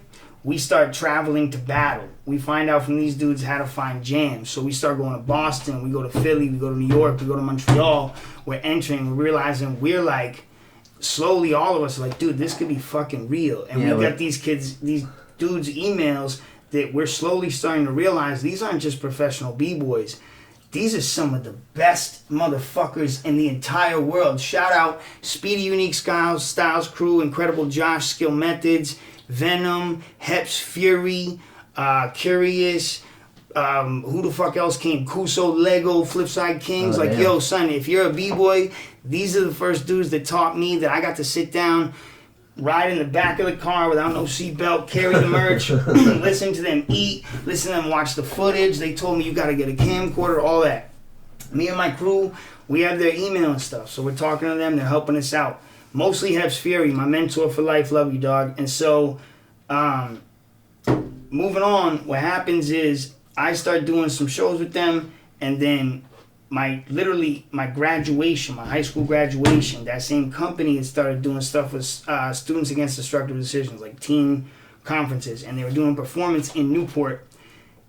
3 of them show up to my high school graduation. I'm in a cap and gown. I had no fucking idea they're coming. Long story short, Heps missed his flight. We need a 4th guy for the show. I had done the show a couple times, but I just jump in as the 5th doing solos, no routines. I learned the routines, skipped my graduation party, where a girl and her mom baked me a cake. I like this girl, but I had to go handle business. Hey, you know what I'm saying? Cake's good, but Amanda, I'm I'm sorry to this day. Hey, if you ever cake's see good, this. but I'm trying to get that other cake. Yeah, what could have been, but look what happened. Anyway, so I go He's and still do out this. there, girl. It's not too late. Holler at him. And then he they still start- likes cake. they start calling me when they got shows in Boston, Connecticut, and stuff because they pay me to drive down instead of a fourth plane ticket. Like, yo, you could do it. Then they call me right after I dropped out of college, bro. I'm listening to that College Dropout album by Kanye. I won't even get into Johnson right now. I was there for theater. I was like, this is not what I want to do. My senior year in high school, I already had done a professional theater tour with Bess O'Brien and, God damn it, I can't remember. Kingdom County Productions. It was called The Voices Project. Luis Guzman came backstage. Shout out Luis, my homie, always pushed me and Luis did shit. People. I gave us a pep talk. Bernie Sanders was there. We sold out the Flynn Center, toured all over the fucking state. Then, that was my senior year in the fall. I went to Johnson the next year, get the call right after I dropped out of Johnson, like, this is not what I want to do. I'm just going to go into the arts myself. I'm going to go to school, I'm going to study some academics, get some fucking money. But the arts is not college shit for me. Like, I got this going on over here. So, I get the call right after, and on Christmas Eve, bro, right when I dropped out of college and I got my apartment in Burlington, I fucking get popped and my license suspended for 6 months. I didn't get a DUI, but I had a little bit of alcohol, under 21, so not enough for a DUI, but possession, suspend my license. Then I get the call, hey, you want to come work at Universal, which High Voltage, those guys from Florida, their main gig was a year-round 365-day Universal Studios contract. That went to seasonal. A lot of guys went to LA to do movies and Hollywood shit. They needed spots filled. I knew the show. I packed all my shit from my apartment, saved up for 6 months. I worked as a fucking phone survey guy, and then I'd run. One thing that happened is when I got my apartment, all the crew would come over and we'd start busking on Church Street Marketplace. So the whole crew got show experience. Yeah. And most this of us... This is right around the time I'm meeting you. This is 07. Right around 07. I feel like I must have met you before that then. I don't know, man, but that's the first time I remember meeting you was around then. Right. And so we come out here. Our crew member's brother got an apartment. One of their roommates moved out. I took the room. We busked on Church Street one time just being like, we seen people do this and fucking we don't even know what to do. A crowd forms. We made $75 in 10 minutes. We were just trying to get a Hungry Henry's breakfast at Henry's Diner. Used to be $12. It's everything on the menu, giant breakfast. We literally said that to the crowd and people rushed us. The lady from the marketplace came, said this is illegal, you got to get a permit. Yeah. I said, all right, how do I do that shit? And so they told us. And so I hounded this lady for 6 months, got the permit. That whole summer we bust, we made money. A lot of dudes moved here just like, fuck that. We got 9 of us in a 4-bedroom. Bills are cheap. I'm not getting a real job. I was teaching at 2 studios. I was busking on Church Street Marketplace. So did you have in your mind that you're going to Universal at this point? So sorry. And then so I get the call to go there, like, do you want to come for a month and a half in the summer? Yeah. And I was like, yep. So I make all the money I can, doing all that stuff, training with my crew, go down to Orlando. busking dude, on my lunch break, I would go do 2 shows and then come back. You know what I'm saying? And so I go to Orlando. I start working Universal. From Universal, I audition and I make it into Disney World. The first one was the Orlando Magic. I worked for the Orlando Magic at the time that they weren't great up until they were. And I started Dwight Howard's 2nd year. I worked for them for 5 years. We went, I was on what they call the Blue Crew. Was that when they made the finals? And the Fast Breakers. Playoffs, finals, playoffs. Then we hosted the All-Star Game after they built the brand new Amway Arena. You were there for the Golden Absolutely. Yeah. Dwight Howard taught me the Soulja Boy dance. Patrick Ewing laughed at a joke one time. What's up with Dwight Howard? Was he cool? Mad cool. Yeah. And he was on top of the world. He was on the cover of NBA 2K11. I worked for them in 2011. Yeah. We weren't supposed to talk to the players like unless they spoke to us first, but we were around enough that they always would speak to us. You know what I'm saying? We're not supposed to bother them is what it really was. Yeah. One time we're walking down the hallway and Patrick Ewing came to coach for us. I worked for them when they had Vince Carter, Rafer Alston. That's funny because I actually met Rashard Lewis, Hito Turkoglu. I met Pat Ewing, my 8th grade basketball coach. A kid on my 8th grade basketball team. His dad was Patrick Ewing's high school basketball coach. Word. And one day he's like, we got a special guest. I lived in Maine for a year. Special guest coming into practice today, and I fucking walked in. I was late. The only time I was late, and Pat Ewing's in there.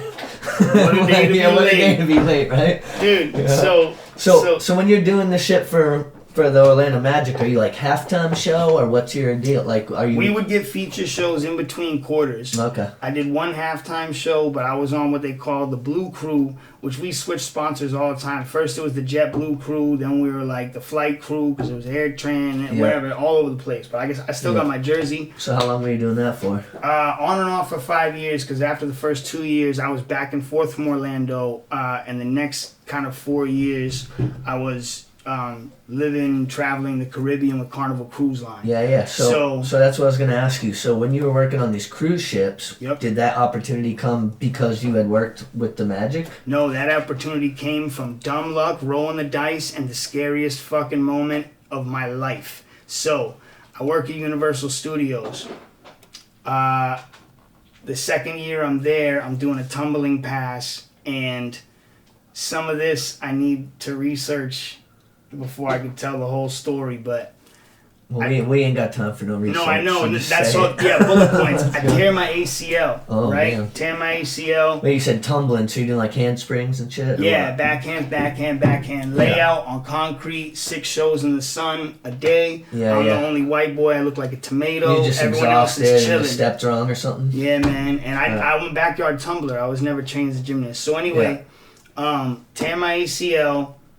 There's, I'm scared to do anything about it, to get it fixed. Like, I mean, I can relate. I got a torn ACL Finally- as we speak. yeah, I finally end up doing it, and I'm doing shows. With a severed ACL, I went to Dubai for a week for the opening of the mall with the Emirates, Yeah. and I performed every day. I got footage of that shit. Because with a torn ACL, you could still work, but I couldn't battle. I couldn't do battles, No, but but I like- could do shows. But and like show with the off and ACL, do you moves. can like do some shit, but then you'll find I could- points where it's limiting, and then it'll hurt like a motherfucker. I could after. top rock and throw myself into spins. Yeah, like I couldn't really flip. I couldn't do Yeah. twists like footwork and stuff or like go downs, but I could top rock routines, and then I could do enough to do ground power moves is my forte. So I spin around on the floor. There's no weight on my ACL's torn right now, Yeah. and I still was fucking around doing big spins, whatever, fucking around last week or two. I was actually hanging out with this chick, Andrea, who had been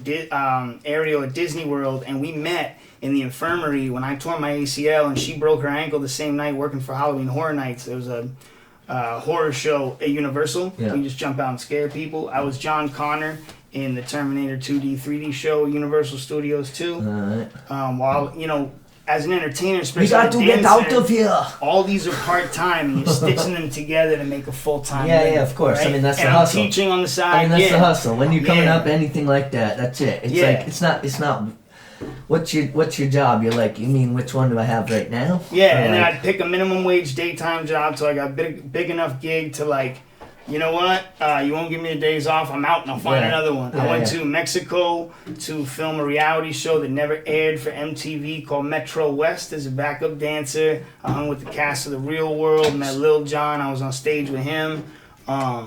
So what's your role once you get on these cruise ships? Like, what are you doing there? Like daily performances and shit? Performance, living the motherfucking life, to be honest with you. And a lot of people on the cruise ships do not. A lot of them sign contracts where like the exchange rate from American US dollars, and listen, this is all like antiquated too. This is when I worked there. I don't know much now. It's been like a decade, bro. Yeah. So where were you Little going? less. You were just going around the Caribbean Yeah. on Carnival? Uh-huh. And you were part of like a squad, or was it a solo thing? Or what? We were a specialty act, a 2-man b-boy show, and you would work with different guys on different ships. Only one dude that was ever my partner on the ship. And it's like college roommates. Like, you got bunk beds and shit. Like, your cabin's small. How are you smashing chicks there? You're just like, homie, you gotta leave for a sec? I gotta pull this fucking chick Seen from Jurassic Kansas? Park, dog? Life finds a way. You're like, I got this chick from Kansas right Hey, here. man, you need to beat it was easy Either because... that or you're like, I got bottom bunk tonight. It was easy because, everyone I had worked with out there that was my partner was dudes I either knew or at least had met before Right. I worked with them. So you're And doing like one show a day? What's that schedule like? Sometimes, but so on the ship it was kind of like it gradually from the beginning So we're third party. I worked on Carnival Cruise. I never worked for Carnival Cruise. You're I worked for a company subcontractor. called G-Force. And as G-Force, we would do... Each ship was different because the itinerary is different. There's shorter cruises, longer cruises, different destinations. Yeah. There's different demographics. The shorter the cruise, the less money. You know... What did you like better? Did you like the quicker ones, or just all about the money?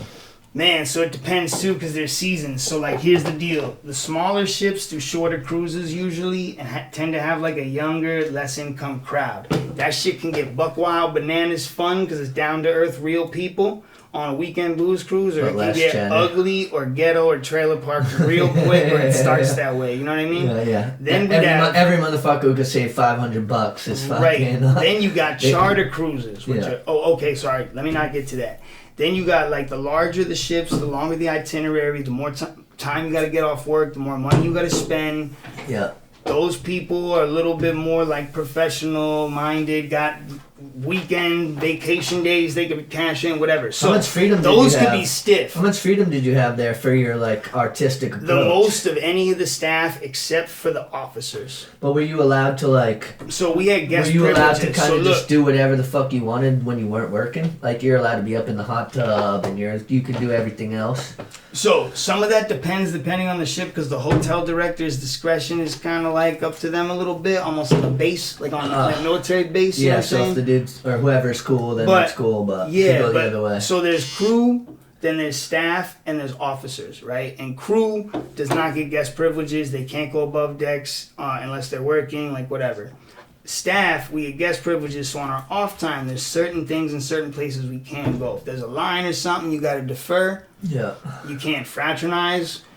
You're not supposed to with the guests, Yeah. but you're How'd that work out? supposed to break the speed limit either. How'd that work out? I did it about as often as I break the speed limit. Yeah, right? yeah. So basically, then there's officers and management. So they like kind of run shit and get a little more carte blanche, but whatever.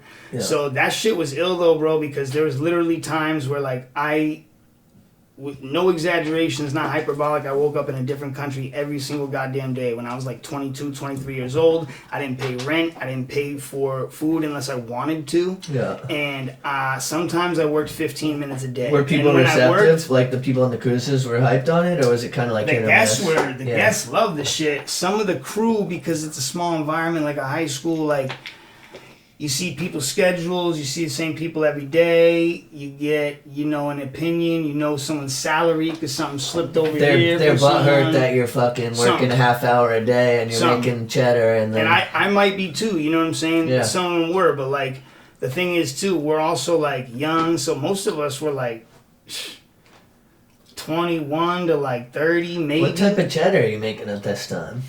So for the cruises, we was getting paid depending on the ship, either 700, 800, or 900 a week. I also had side hustles. So like I'd get up early when I wasn't doing shit, and I can't get off the boat anyway because the line's so long for the first 2 hours. Only guests can get off the boat. Yeah.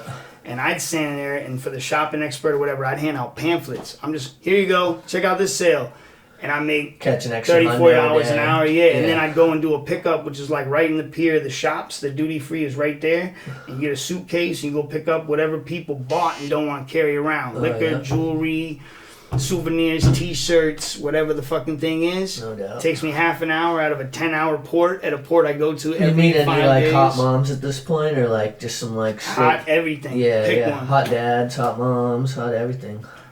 Moms, college students, and mind you, I stopped working for the cruises when I was 25. Yeah, yeah. I started when I was 21. So, Yeah. spring breakers, we're talking about, dude, I got a bar about this. Stay tuned.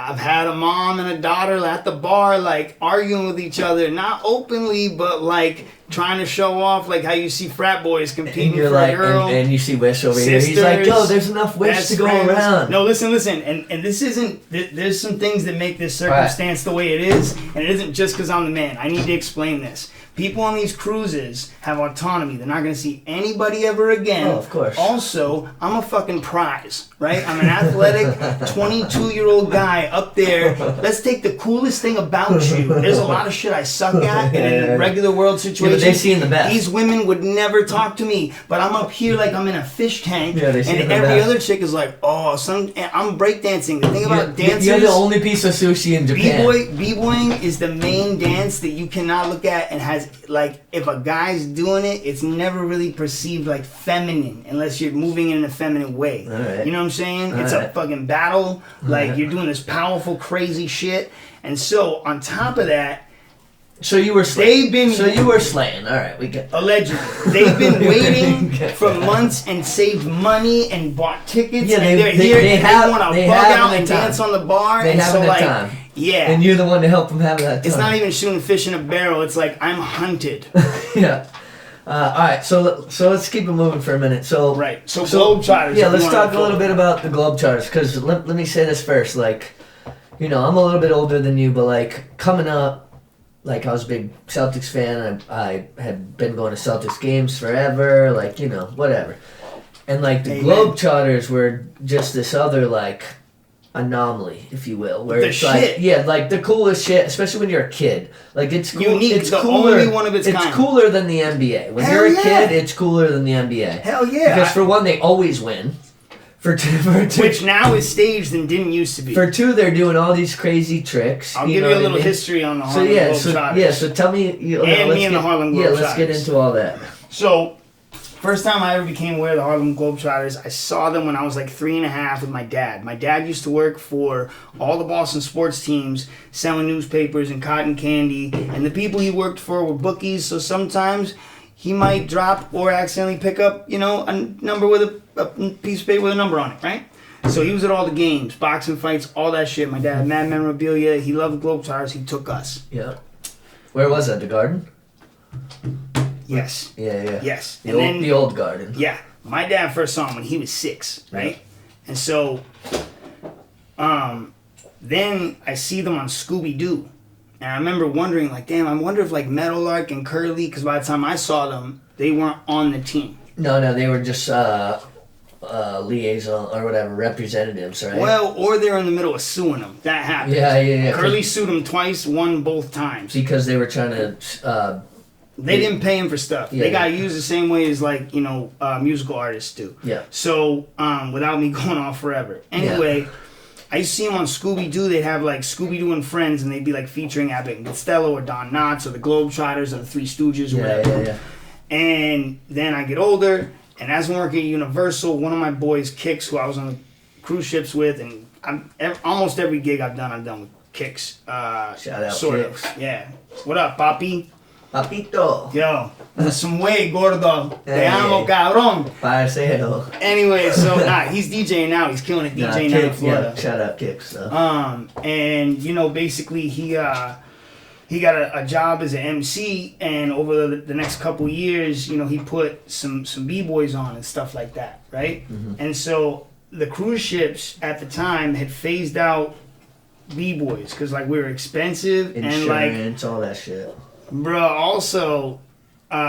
You were smashing too many fucking No, tourists, they were bro. trying to sell Carnival, and they were downsizing. The whole entertainment department was slowly getting cut. We were expensive, and honestly, I'm not gonna get into no details, but as a whole, you'd hear things where it's like, man, they're gonna lose the contract for all of us. This guy on this ship did what? Yeah. He jumped the fence in Wait. the Bahamas and got guns pulled on him by customs because he didn't want Wish to wait in the Wish line. got a mom and a daughter arguing at the bar over him. We gotta scrap the B-boys. Hey man, I'm just saying.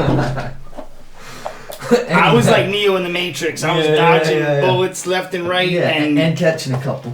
I was, you know. so Kicks hit you up, and he's like, yo. Nah, he didn't even hit me up. He gave me the contact. And so, like, basically, when I got the job for the Globetrotters, I had already known that we were being phased out from Carnival. Yeah. Right? And, like, You're looking for what was next. Imagine, like a bunch of skaters working out there, living in paradise, getting paid with no bills, barely got to work, and all these very beautiful women and if it's not beautiful women, people just want to be your friend and buy you drinks. Oh, I allegedly can relate. Yeah.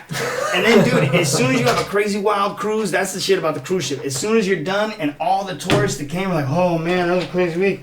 Let's go home. You got a group coming on like, well, let's get this started. Yeah. It's crazy. Yeah. So anyway, I'm on the bus actually. I left the cruise ships and I'd been dating this girl from Toronto that we met on the ships. And we're planning to move to Montreal together, but I was back here in Vermont, not really sure what I was going to do. And I was on a bus from Montpelier to Burlington, and I emailed the Globe Trotters twice, once like 6 months before, and then once like 2 months before. Hadn't heard, off the ships, not getting another contract on the ship. And like, hey, it's Zoli from the Globe Trotters. Pending a drug test, we're going to go ahead and get you on. I was like, give me 2 weeks, I'm there. So anyway, because I was literally, bro, sitting there like, what am I going to do? My girl was still on the ships, and she got offered a contract to go to Alaska and Hawaii, which is like a rare ship. Yeah, but you're like Globe Trotters. No, I couldn't even stay on the ships. No, but we stayed together while I was on tour and she was on the ship, and even afterwards. So how long after the Globetrotters hit you up? Like, how does that whole shit play out? So they hit me up sometime in the summer. We had training camp for a week in September in Long Island. We go out there, we learn the stuff. I realized that, much like some other organizations I worked for, at the time, I had not known the Globetrotters were some things they were and thought they were some things they weren't. Naturally. And honestly, my perception of the players and the spirit of it was dead on and sometimes better than I imagined. A lot. Shout out to like, Dragon, Sweet J, shout out to Tea Time, shout out to freaking TNT, my boy, man, Highlight, bro. You're the man. Thank you for taking care of my dad at the Veterans game and giving him the camo Globetrotters jersey. I'm catching Highlight. Chills right Shout now. out to Handles. Shout out to my people, man. Shout out to Sir Isaac. I'm catching chills right now. We're a Globetrotter long, but we had a great time, dog. Fam, when you're like, when you're talking about all these people, like you're talking like these are some legendary motherfuckers. So you go from, the Dwight Howard days, and you're hanging and fucking Pat. Shout out Too Tall, shout out Flight Time, my bad. I'm going to forget some of you fucking guys that were awesome. You know what I mean? Anyway. And so, like, this must all be so surreal, right? Like, you're like... Sometimes. Like life is just fucking moving, and, like, you just keep finding yourself in these situations where you're like, yo, I'm working for the Orlando Magic. I'm at Universal. Now I'm sitting here on cruise ships. Now I'm boys with the Harlem Globe Trotters and I'm playing their shit. Like it always was. Does this shit ever seem like surreal to the point where you gotta like fucking pinch yourself and you're did then and it does now, but in different ways. Yeah. Then it was like I was almost afraid to investigate. I felt like I was getting checks from some unnamed person. I'm like, I ain't gonna try and find out what they're calling, but I'm winning. You know what I mean? Yeah. And like every time if it looked clears, I'm good. There was nothing, bro. I just had to MacGyver it out, and like that's why I love watching podcasts. I was excited to come here and tell my story because some things you would never guess. What you perceive about somebody, what you've heard about somebody, what you perceive about their position or their ability is you have no idea the backstory. I've always loved like documentaries and biopics because you look at somebody who's larger than life since the time you thought of them. And I'm not tooting my own horn, but like whatever. So nobody knows your story like you. Yeah, but then when for me, when I would see the depiction or hear these people talk about like, damn, that's some dirty, grimy, like shit that you don't want to be doing that they fucking did and like went through that I did and I've been ashamed to talk about and didn't want other people to know, but like that's being a human and being an artist and trying to be a working artist. And this shit is awesome. Well, also when you're someone who's under the microscope, it's like easy, you could do, it's like I always say, a man can build 1,000 bridges, but you fucking kill one person, you're a murderer. You borrow 1 fucking ounce of weed for a week, it's not Travis the Bridge Builder, that type of shit. Hell yeah. And for anybody who out there who's still fucking barking off, it's like I'm easy to find, so come get at me. There's a few people that got some things that they're not thrilled with me about, but I try and keep the ratio. And what I really respect that is when people bring it to you. Yeah. It's like, because you know what? People who gossip about shit that doesn't concern them, it's like, I don't even think twice about that, and here's why. if you actually stood behind that shit, right? Yeah. You'd be bringing it. You'd Absolutely. be bringing it. And so it's like, and for all the things that people do, it's not going to say there aren't some people who are just fucking shitheads out there. But Yep. isn't it funny how, like, people will find one hiccup that someone's had or one perception of people and be like, you know, they run with that as opposed to anything else in the narrative becomes just that. And you know what, a lot of that, it's a shame. It's that it's within people that they feel that way. Exactly. Every time you point a finger, there's at least fucking 4 pointing back at you. One of my shout out Stripes Love, man. Yeah. Stripes, Flipside Kings Main Ingredients. He told me something. He was my first partner on cruise ships, and he was dedicated, man. Like we lived together, we were roommates, and practiced together for like 3 months. But I was fresh out there, I partied a little more. He was like a fucking monk, son, and he would say some things sometimes that to this day stuck with me. And he said, "Yo, man, most of the time, people aren't for you and they're not against you. Most of the time they're just for themselves. So what they say and do is going to be in their best interest, and that's how they need to serve their story or belief to depict you." You know well, what I'm saying? especially people that aren't potent.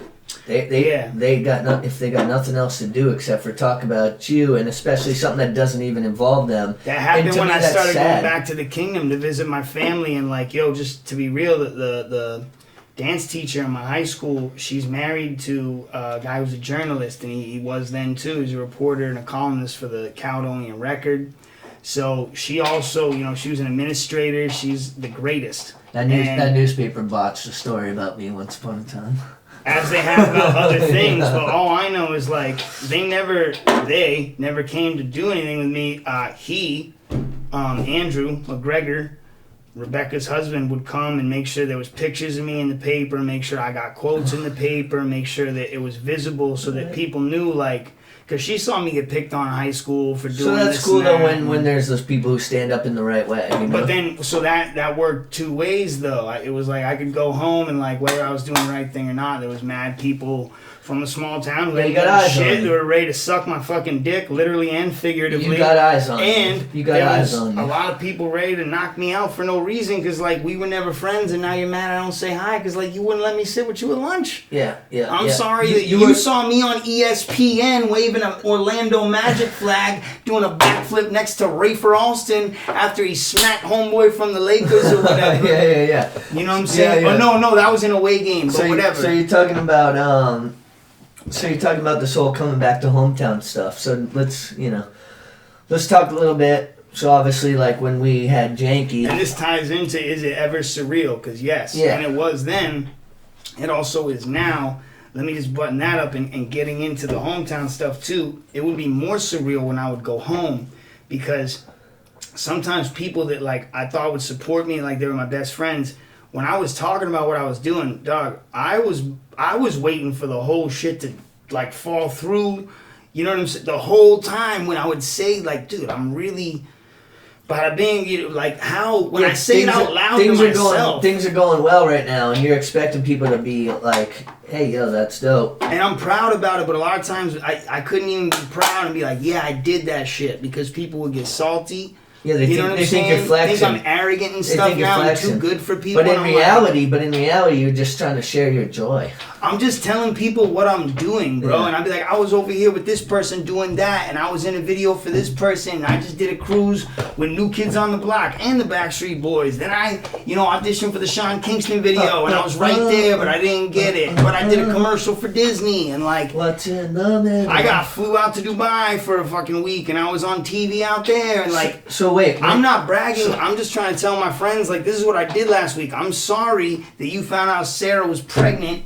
Sarah's an arbitrary name. Listen, any of my friends that got a woman named Sarah pregnant, whether you still are or ever were with them, respect. that was not aimed at anyone. Anyway, all right. this part of Katie, Melissa, there's a bunch of all of them. Jessica out there, like I pick a fucking name, right? Yo, but like pick a name, and got any fired, and you never.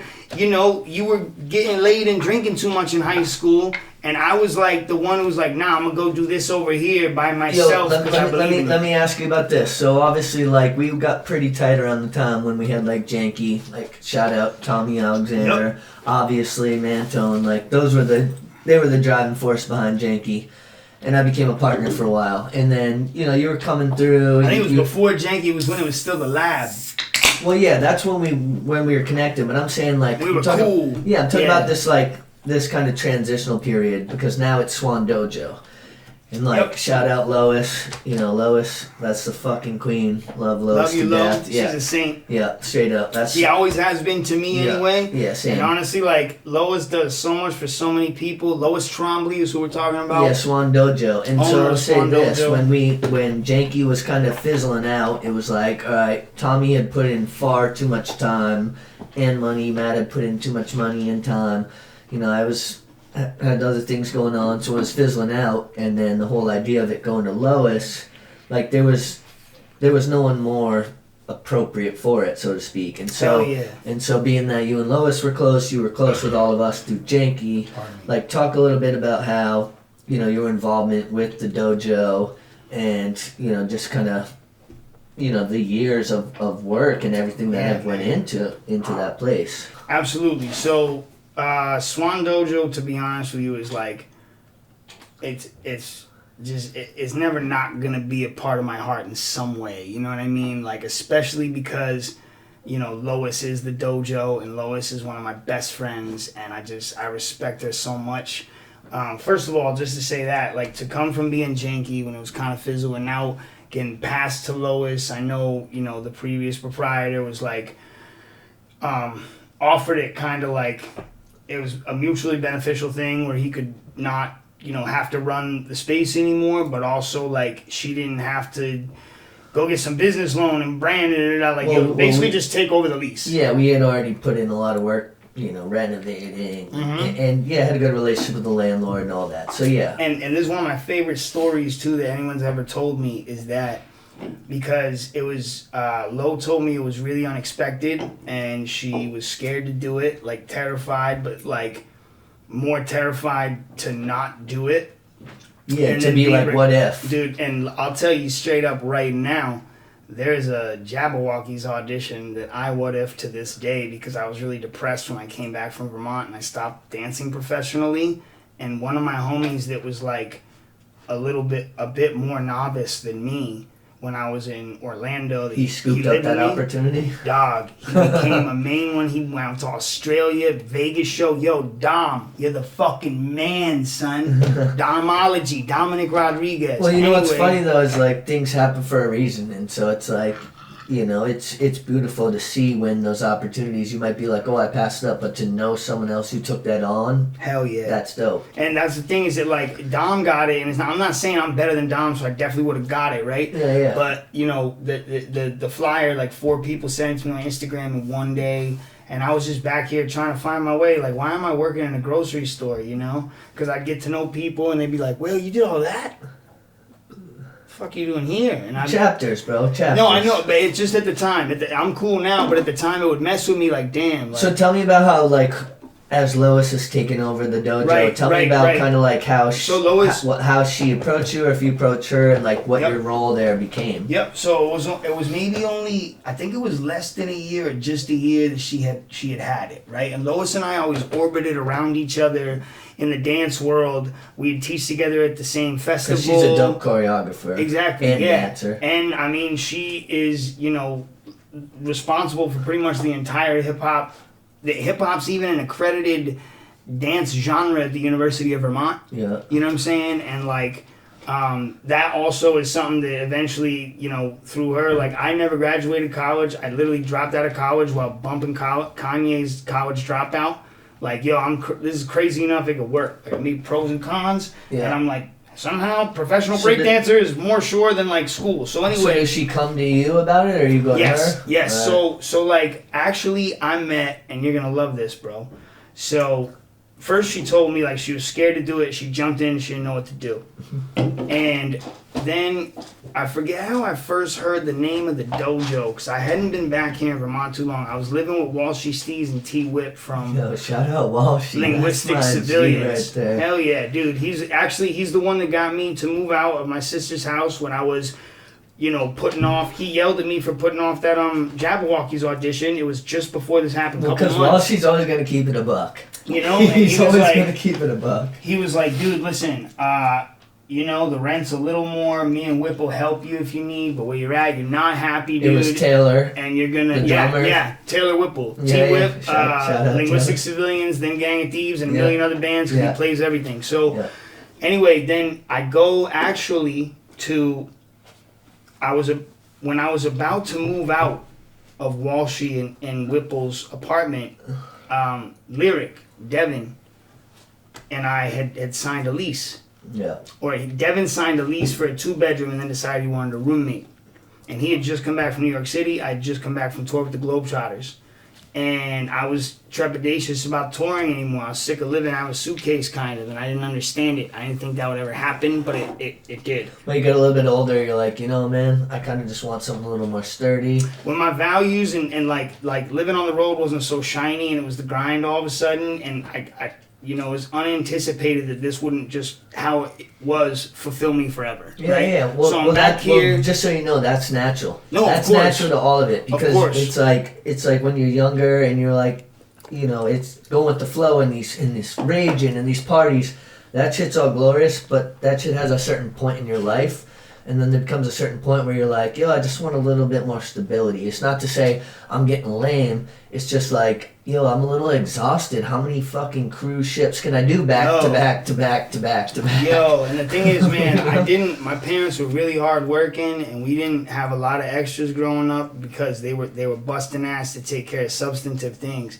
So when I got a entertainment career and I'm like rubbing elbows with celebrities and all, and dude, when you work for the NBA, dog, or any sports organization, but especially the NBA, when you get to the playoffs and the finals, the ratio of famous people at the games is like boom. And dog, I was next to and on the court, like where we were stationed behind the visitors bench. So I see and know the Magic players from all our events and always being around, but I'm literally feet from like, yo, B. I was like, I saw Yao Ming, bro, and I was like, I never thought I'd see a man's dick You're like hangs higher than the top of my fucking head, bro. I swear to Christ, like it's like there's no way. You're bro. like I could touch Beyonce right now. She right there. I did speak to her once. What'd you say? I got this man's name Travis. You should meet him. What's Jay-Z got that T-Card don't got? I can't remember. Come on, I just fam. remember. Tell me you name drop me to Beyonce, fam. Yo, you dropped the ball on that one. I probably mushmouthed some shit. I was T-Card. It was in Miami, and Jigga was there too, and it was kind of something where like I felt like I wasn't supposed to be there. Like I didn't really know. Whatever, like. So you never were like, what's Jay-Z got that my man T-Card don't got? Nah, I was doing some promo shit, and I just had access to the green room, but it was like, you go and start like chatting up Beyonce, that's a one-way ticket out of the green room. Fair enough. Well, since I know Beyonce watches the show and shit, yo, B, I ain't mad at you. And It's Hov, not too too. late. It's not too late. All right? Hov, I'm gonna send you my Get at mixtape, me. man. Just As if you guys care. Maybe you do, I don't know. Beyonce, just hit the comments and shit with that. Actually, I was very close in proximity, not close like friendly, with Rihanna a bunch of times during that. Well, she Orlando could hit Magic me run. up in the comments too, you know. I don't discriminate. Beyonce, they're Rihanna, both- they could fight over me. I'll tell you this though, they're both people that you can like feel their energy. Oh yeah, Like, they could feel my energy too, anytime. Like they can walk by and you're not looking and you're like, something happened. Anyway, moving on. So why do I have a boner and I've been looking at the ceiling? Beyonce. I think it doesn't take too much to. But yeah, so tell me Lois, about right? So what tell me happened about is, what you've been doing, like what you've been doing at the dojo. So what I've been doing at the dojo, but I need to say this though. I met Lois where we actually connected introduction. It was right before I moved in with Dev, and I called Dev one day for lunch, and he's like, "Bro, I don't know what to do. BP is in critical condition." Yeah. That was the day that STEM passed. I know. Yeah, 'cause so you were the at the joint service. party. Yeah, you were at the service. I was at the service, and I was at it was like a couple weeks later or whatever after BP had his stint in the hospital, and they decided like he wasn't coming back. pretty much. And Dev was super beat up, but Dev and Keenan Be Free already had a show together before any of that. The metronome. And then they one. turned it into the the celebration of STEM and BP, right? Oh, yeah. And so Ryan Moore and Sean Stem, rest in motherfucking peace, fellas. And so thank you for who y'all were and continue to be. Legends. Didn't mean to do that, but straight up legends. At the service, I threw down because Keenan was like, "Bro, you gotta throw down for the homies," and I was like, "I will, hell yeah." Yeah, you guys burned that. And actually, I just like was a little bit emotional and shit, and it was hot, and like I was kind of like, I feel like they had valid reasons, but at the time I was pissed that like some of my crew didn't come, and I'm walking off the dance floor and someone just like hugs me. Like, didn't ask if they could hug me. I knew who it was. No. Oh. That was Sean's mom. Oh, yeah, Kim. And, like, I was, like, emotional looking down. And, like, actually, you know what it was? I looked up. And as I looked up, there was just this sweet woman with this face just like, "Come here, honey." And I was like, I'm not questioning that. Yeah, you know what I mean? And then she said, "Thank you." And I was like, "For what?" And she just pulled me back. She's like, "I'm Sean's mom." Yeah. And I had never met her before, so that was really special. And then right after that, Lois came up and told me like, "Hey, da-da-da." And I introduced myself because I was looking at the floor, and she's like, "I know who you are." And I looked up and I'm like, "Oh, hey," but we had never been formally introduced. And so then she offered me a job teaching, and I started teaching at the dojo. It started with classes. Lois and I also worked together on our Friends for A-Dog Foundation, so we did classes other places, and that built. So I started having a practice session with my crew and our respective students from all my crew that teaches, whether it's in Plattsburgh, Montpelier, everywhere. Started coming to the dojo for the break. So now were you teaching like primarily breaking, right? Only breaking. I think I did maybe for a little bit like kids, like hip-hop choreography, but I was kind of like, they could get to other places. Yeah. What can I bring to the fullest? And I just really wanted to break, you know what I mean? And I wasn't performing professionally anymore. So Did you like that aspect? There was a of freedom. Teaching? Hell yeah, bro! I've always loved teaching. Like the thing is, I've worked with kids and always been a teacher. And like when I found out working at dance studios was the highest hourly I could make from when I was 17. Shout out to Jacqueline Mackay. I love you forever for paying me $25 an hour to teach a dance class at your school, at Dance Express in St. Johnsbury, Vermont. After you didn't really know me, you just seen me dance. And also, dog, I was making like $6.50 at a Chinese restaurant washing dishes because that was minimum wage, and $10. And I thought I was balling making $10 as an after-school teacher. Because it's super rewarding, though, right? When after school, middle school, I'm making $10 teaching dance, and then Jacques like, "I need you to come work with my kids. I'm gonna give you $25 an hour." And I was like, "Excuse me?" Say less. Shout out to Jean Marie Pierce. Also got me through my one semester at college. I could not have afforded it unless she had called me and said, "I have a studio at the Bird's Nest in Jericho, Vermont," and said, "I saw you at the Halloween party at the Cone's house. Shout out Max. And I want you to come teach for me." The kids pay $10 a piece. There's 10 kids ready to take a class. Sign up for the whole thing. Yeah. I take $20. So if all 10 show up, you get $80 for the hour. If 9 show up, you get $70 for the hour. And it's so rewarding too. Like, so I'm sure you've seen numerous kids that you've taught that fucking stuck with it, and just even kids maybe didn't stick with it, but see the joy and the progression of it. Because same thing with like teaching skate lessons. Hell yeah. I'm like a lot of One of these them's in my kids, crew right now. Shout out Mastodon. Donald Mayville, the youngest Rhythm Riders member. We actually the first one that ever got battled in, that got jumped in. Oh. We did it at Building Blocks. So kids, I don't know if you heard what he just said, but you should join a break crew and not a gang, because when you get jumped in, you just have to fucking battle dance. You ain't gotta get punched in the head like 1,000 times. So I mean, fuck being in a gang. Learn about break Straight dancing. up. And the thing is too, like that's a term a lot of kids aren't really familiar, even a concept they're familiar with anymore. But in breaking, breaking came from gangs. Yeah. Like even the word crew is like, that's your fucking crew. That's who you go do work and like demo with. Well, I think we've referenced this before, but like how high, like I ride crew. What my crew? Fuck your crew up. Straight up. And so basically like, teaching and everything like that, it's not even just my students.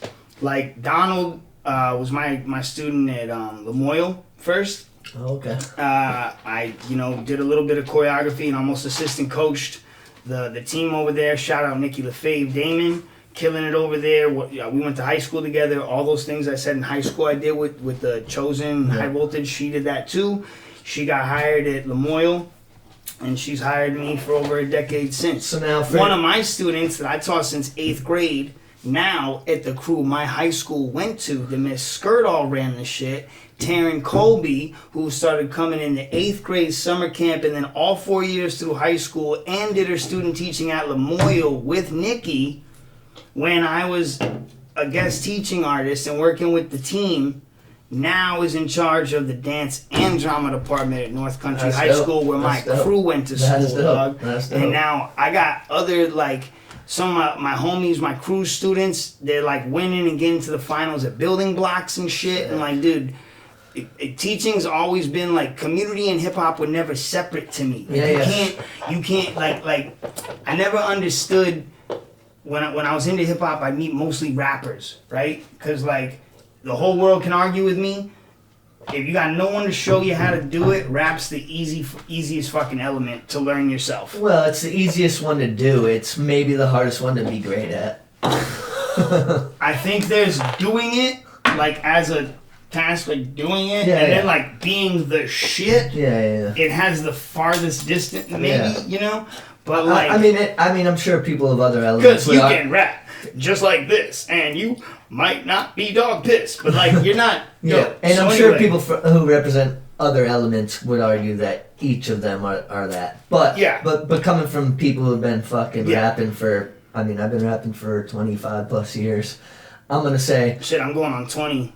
So I might be closer to 28, and it doesn't matter. Which is why you should check out my projects coming up soon. Yeah, that's what I was Produced by about to get Hayes to. Holiday, a.k.a. J Quiz, Yeah, a.k.a. J Quiz. The artist formerly known as J Quiz or J Quest. Hey, I want to say this, yo. Shout out to Quiz. Yo, J My Quest. name's Wish and I'm an addict. Yo, straight up. Since we're in AA. No, that's my fucking... that's my dude. And I remember one time we were at your crib and you was playing me some beats. This wasn't that long ago. He was playing beats, and the next time I saw him, I was like, yo, Quiz. I'm like, that's just dope. He's like, what? I thought you weren't feeling it. I'm like, bro, I was tired. Hey, man, you rappers want to, like, learn like, some official tired. shit and see a producer with some motherfucking range. Yeah. Like, any type of beat you want, he's got the best kind in Vermont, period, and beyond. You got a name for that project, or is it still in the works? Yeah, so I'm actually, as we started working together, it was like probably a little over a year ago. Well, it was longer than that, bro. No, but me... It was longer than that, because I was at your crib like 2 years ago when you guys were fucking... So that's when we started like hanging. Okay. But working on this, it took a little while. We're like, what we're gonna... It's like, oh, we should do some tracks together. We should do a little mixtape. We should do an EP. And then now it's actually a full-fledged album. Am I getting on a track or what? Oh, absolutely. Right. Your name's on the spreadsheet. And then there's the album and the mixtape. Right, just so you know, I'm expensive these days. The album is called Out of Nowhere.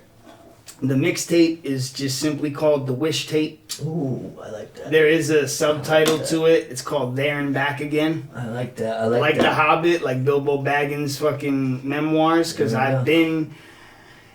You've been on billboards. Better than I ever been and everywhere you've never been. And now you're getting your bags in. I came back straight out. Oh, there's some Bilbo bars in there. Yeah, you know now you're getting your bags in. My man. So let's talk real quick. Sorry to like just keep bouncing all over, but I think we're getting close to 2 hours here, and it's not the golden 2 hour. But so I'm gonna say this: you worked at UVM for a bit. What was your title up there? I worked in the events department. Okay.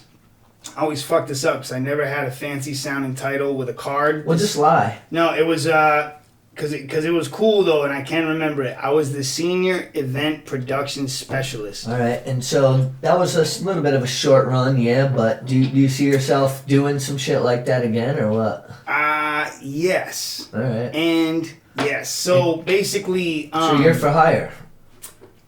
Yep. I sure am. I'm for hire all the motherfucking How time. can Even if I got a full-time gig, if you got something better going on, hit my phone, let's sign a contract, and I'm always for What's hire. the best way for people to get at you?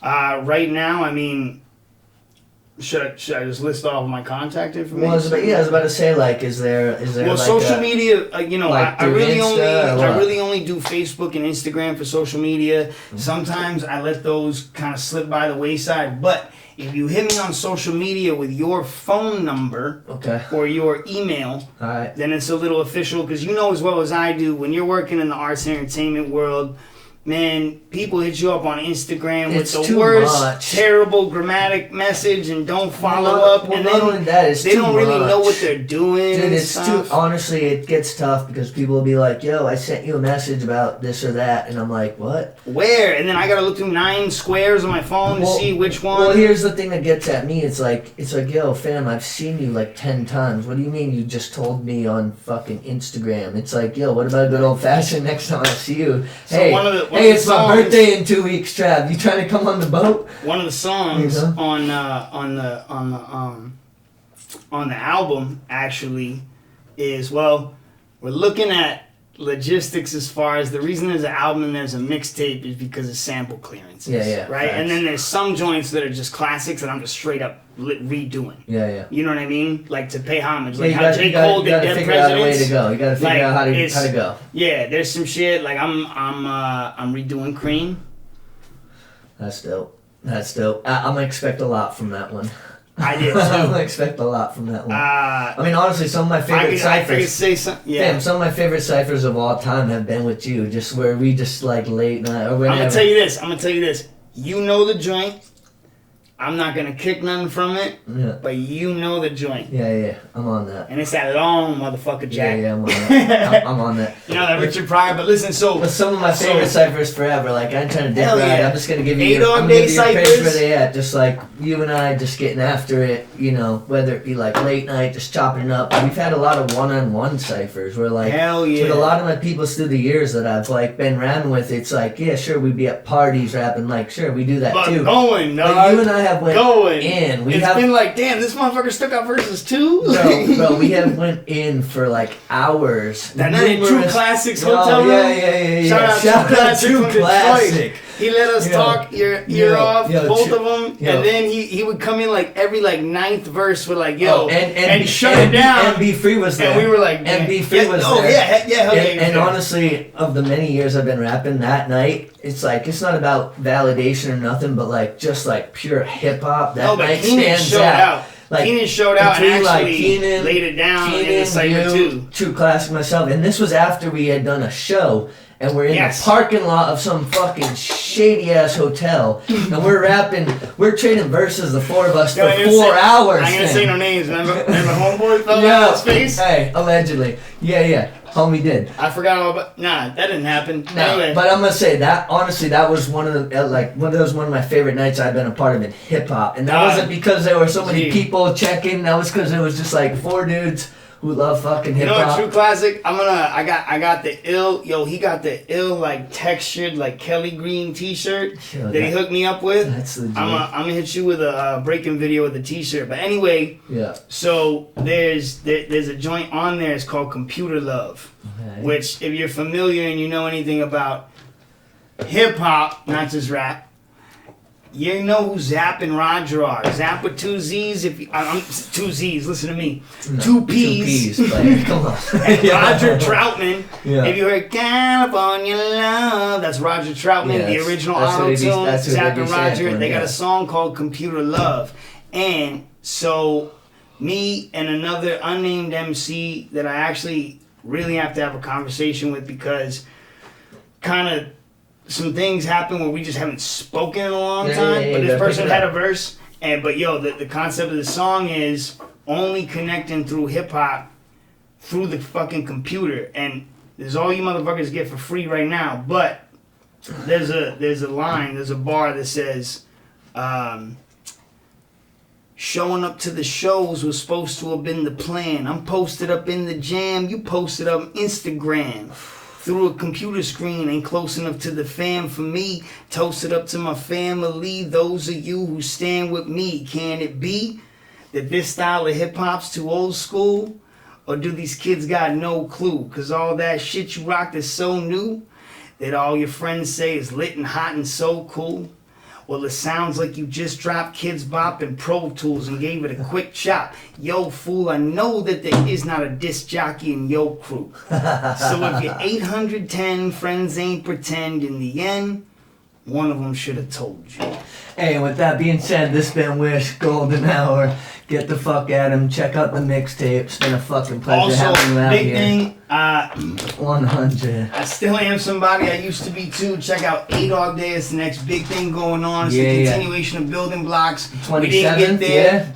That's what we're doing. Building Blocks is the jam that came from the break room, the practice session, the dojo. From there, A-Dog Day battles. They gave me a little budget because COVID's over. Right. The world ain't fucking dead no more. Hey, if you guys want to fucking get at Wish, we're going to put something in the comments where you can link with him on his IG and all that. Sponsors, anybody who's looking to book him, this is the man. It's been a pleasure. You're going to see Rhythm Riders back on Church Street. The end, if I got 30 seconds to plug shit. Let's go. This summer before A-Dog Day, you can see Rhythm Riders the return on Church Street. Also, you can see members of Rhythm Riders battling in Burlington, which has not happened since I don't goddamn motherfucking know Shit's when. gonna be heated. And come to A-Dog Day, straight up. We got A-Dog Day battles happening. You're gonna be doing a vintage battle at A-Dog Day, yeah? That I'm gonna keep you'll see the poster. All You'll see the flyer online. All So right, best here we way go. to get at me, Facebook or Instagram. Steve Wish Shannon on Facebook. Spin Tuition on Instagram with the number 2, like intuition. That's where Wish comes from. Tuition. Spin around. Tuition. Mhm. And if you guys like this shit and you want to keep them going, pay us. No, I'm just playing. But seriously, hit the subscribe button. Like You straight can up. pay us without money, man. Yeah, Look, it's not hard. click It's like, not hard. tell somebody to tell somebody. Just That's click what the that share subscribe. button's Hit that for. subscribe. Because guess what? There are like 600,000+ of you guys watching this shit. We need more subscribers so I can afford to keep Mesha doing all this shit. So, you know what I mean? And Hook it up. before we go, I just want to say thank you. Mesha, salute. Yeah. Travis Card, salute. I did. This man over here is real ass hip hop. I love the podcast, The Golden Hour. Man, this is the first podcast anyone's ever cared enough about what I got to say to hear me say fucking more. Well, we're getting you back on.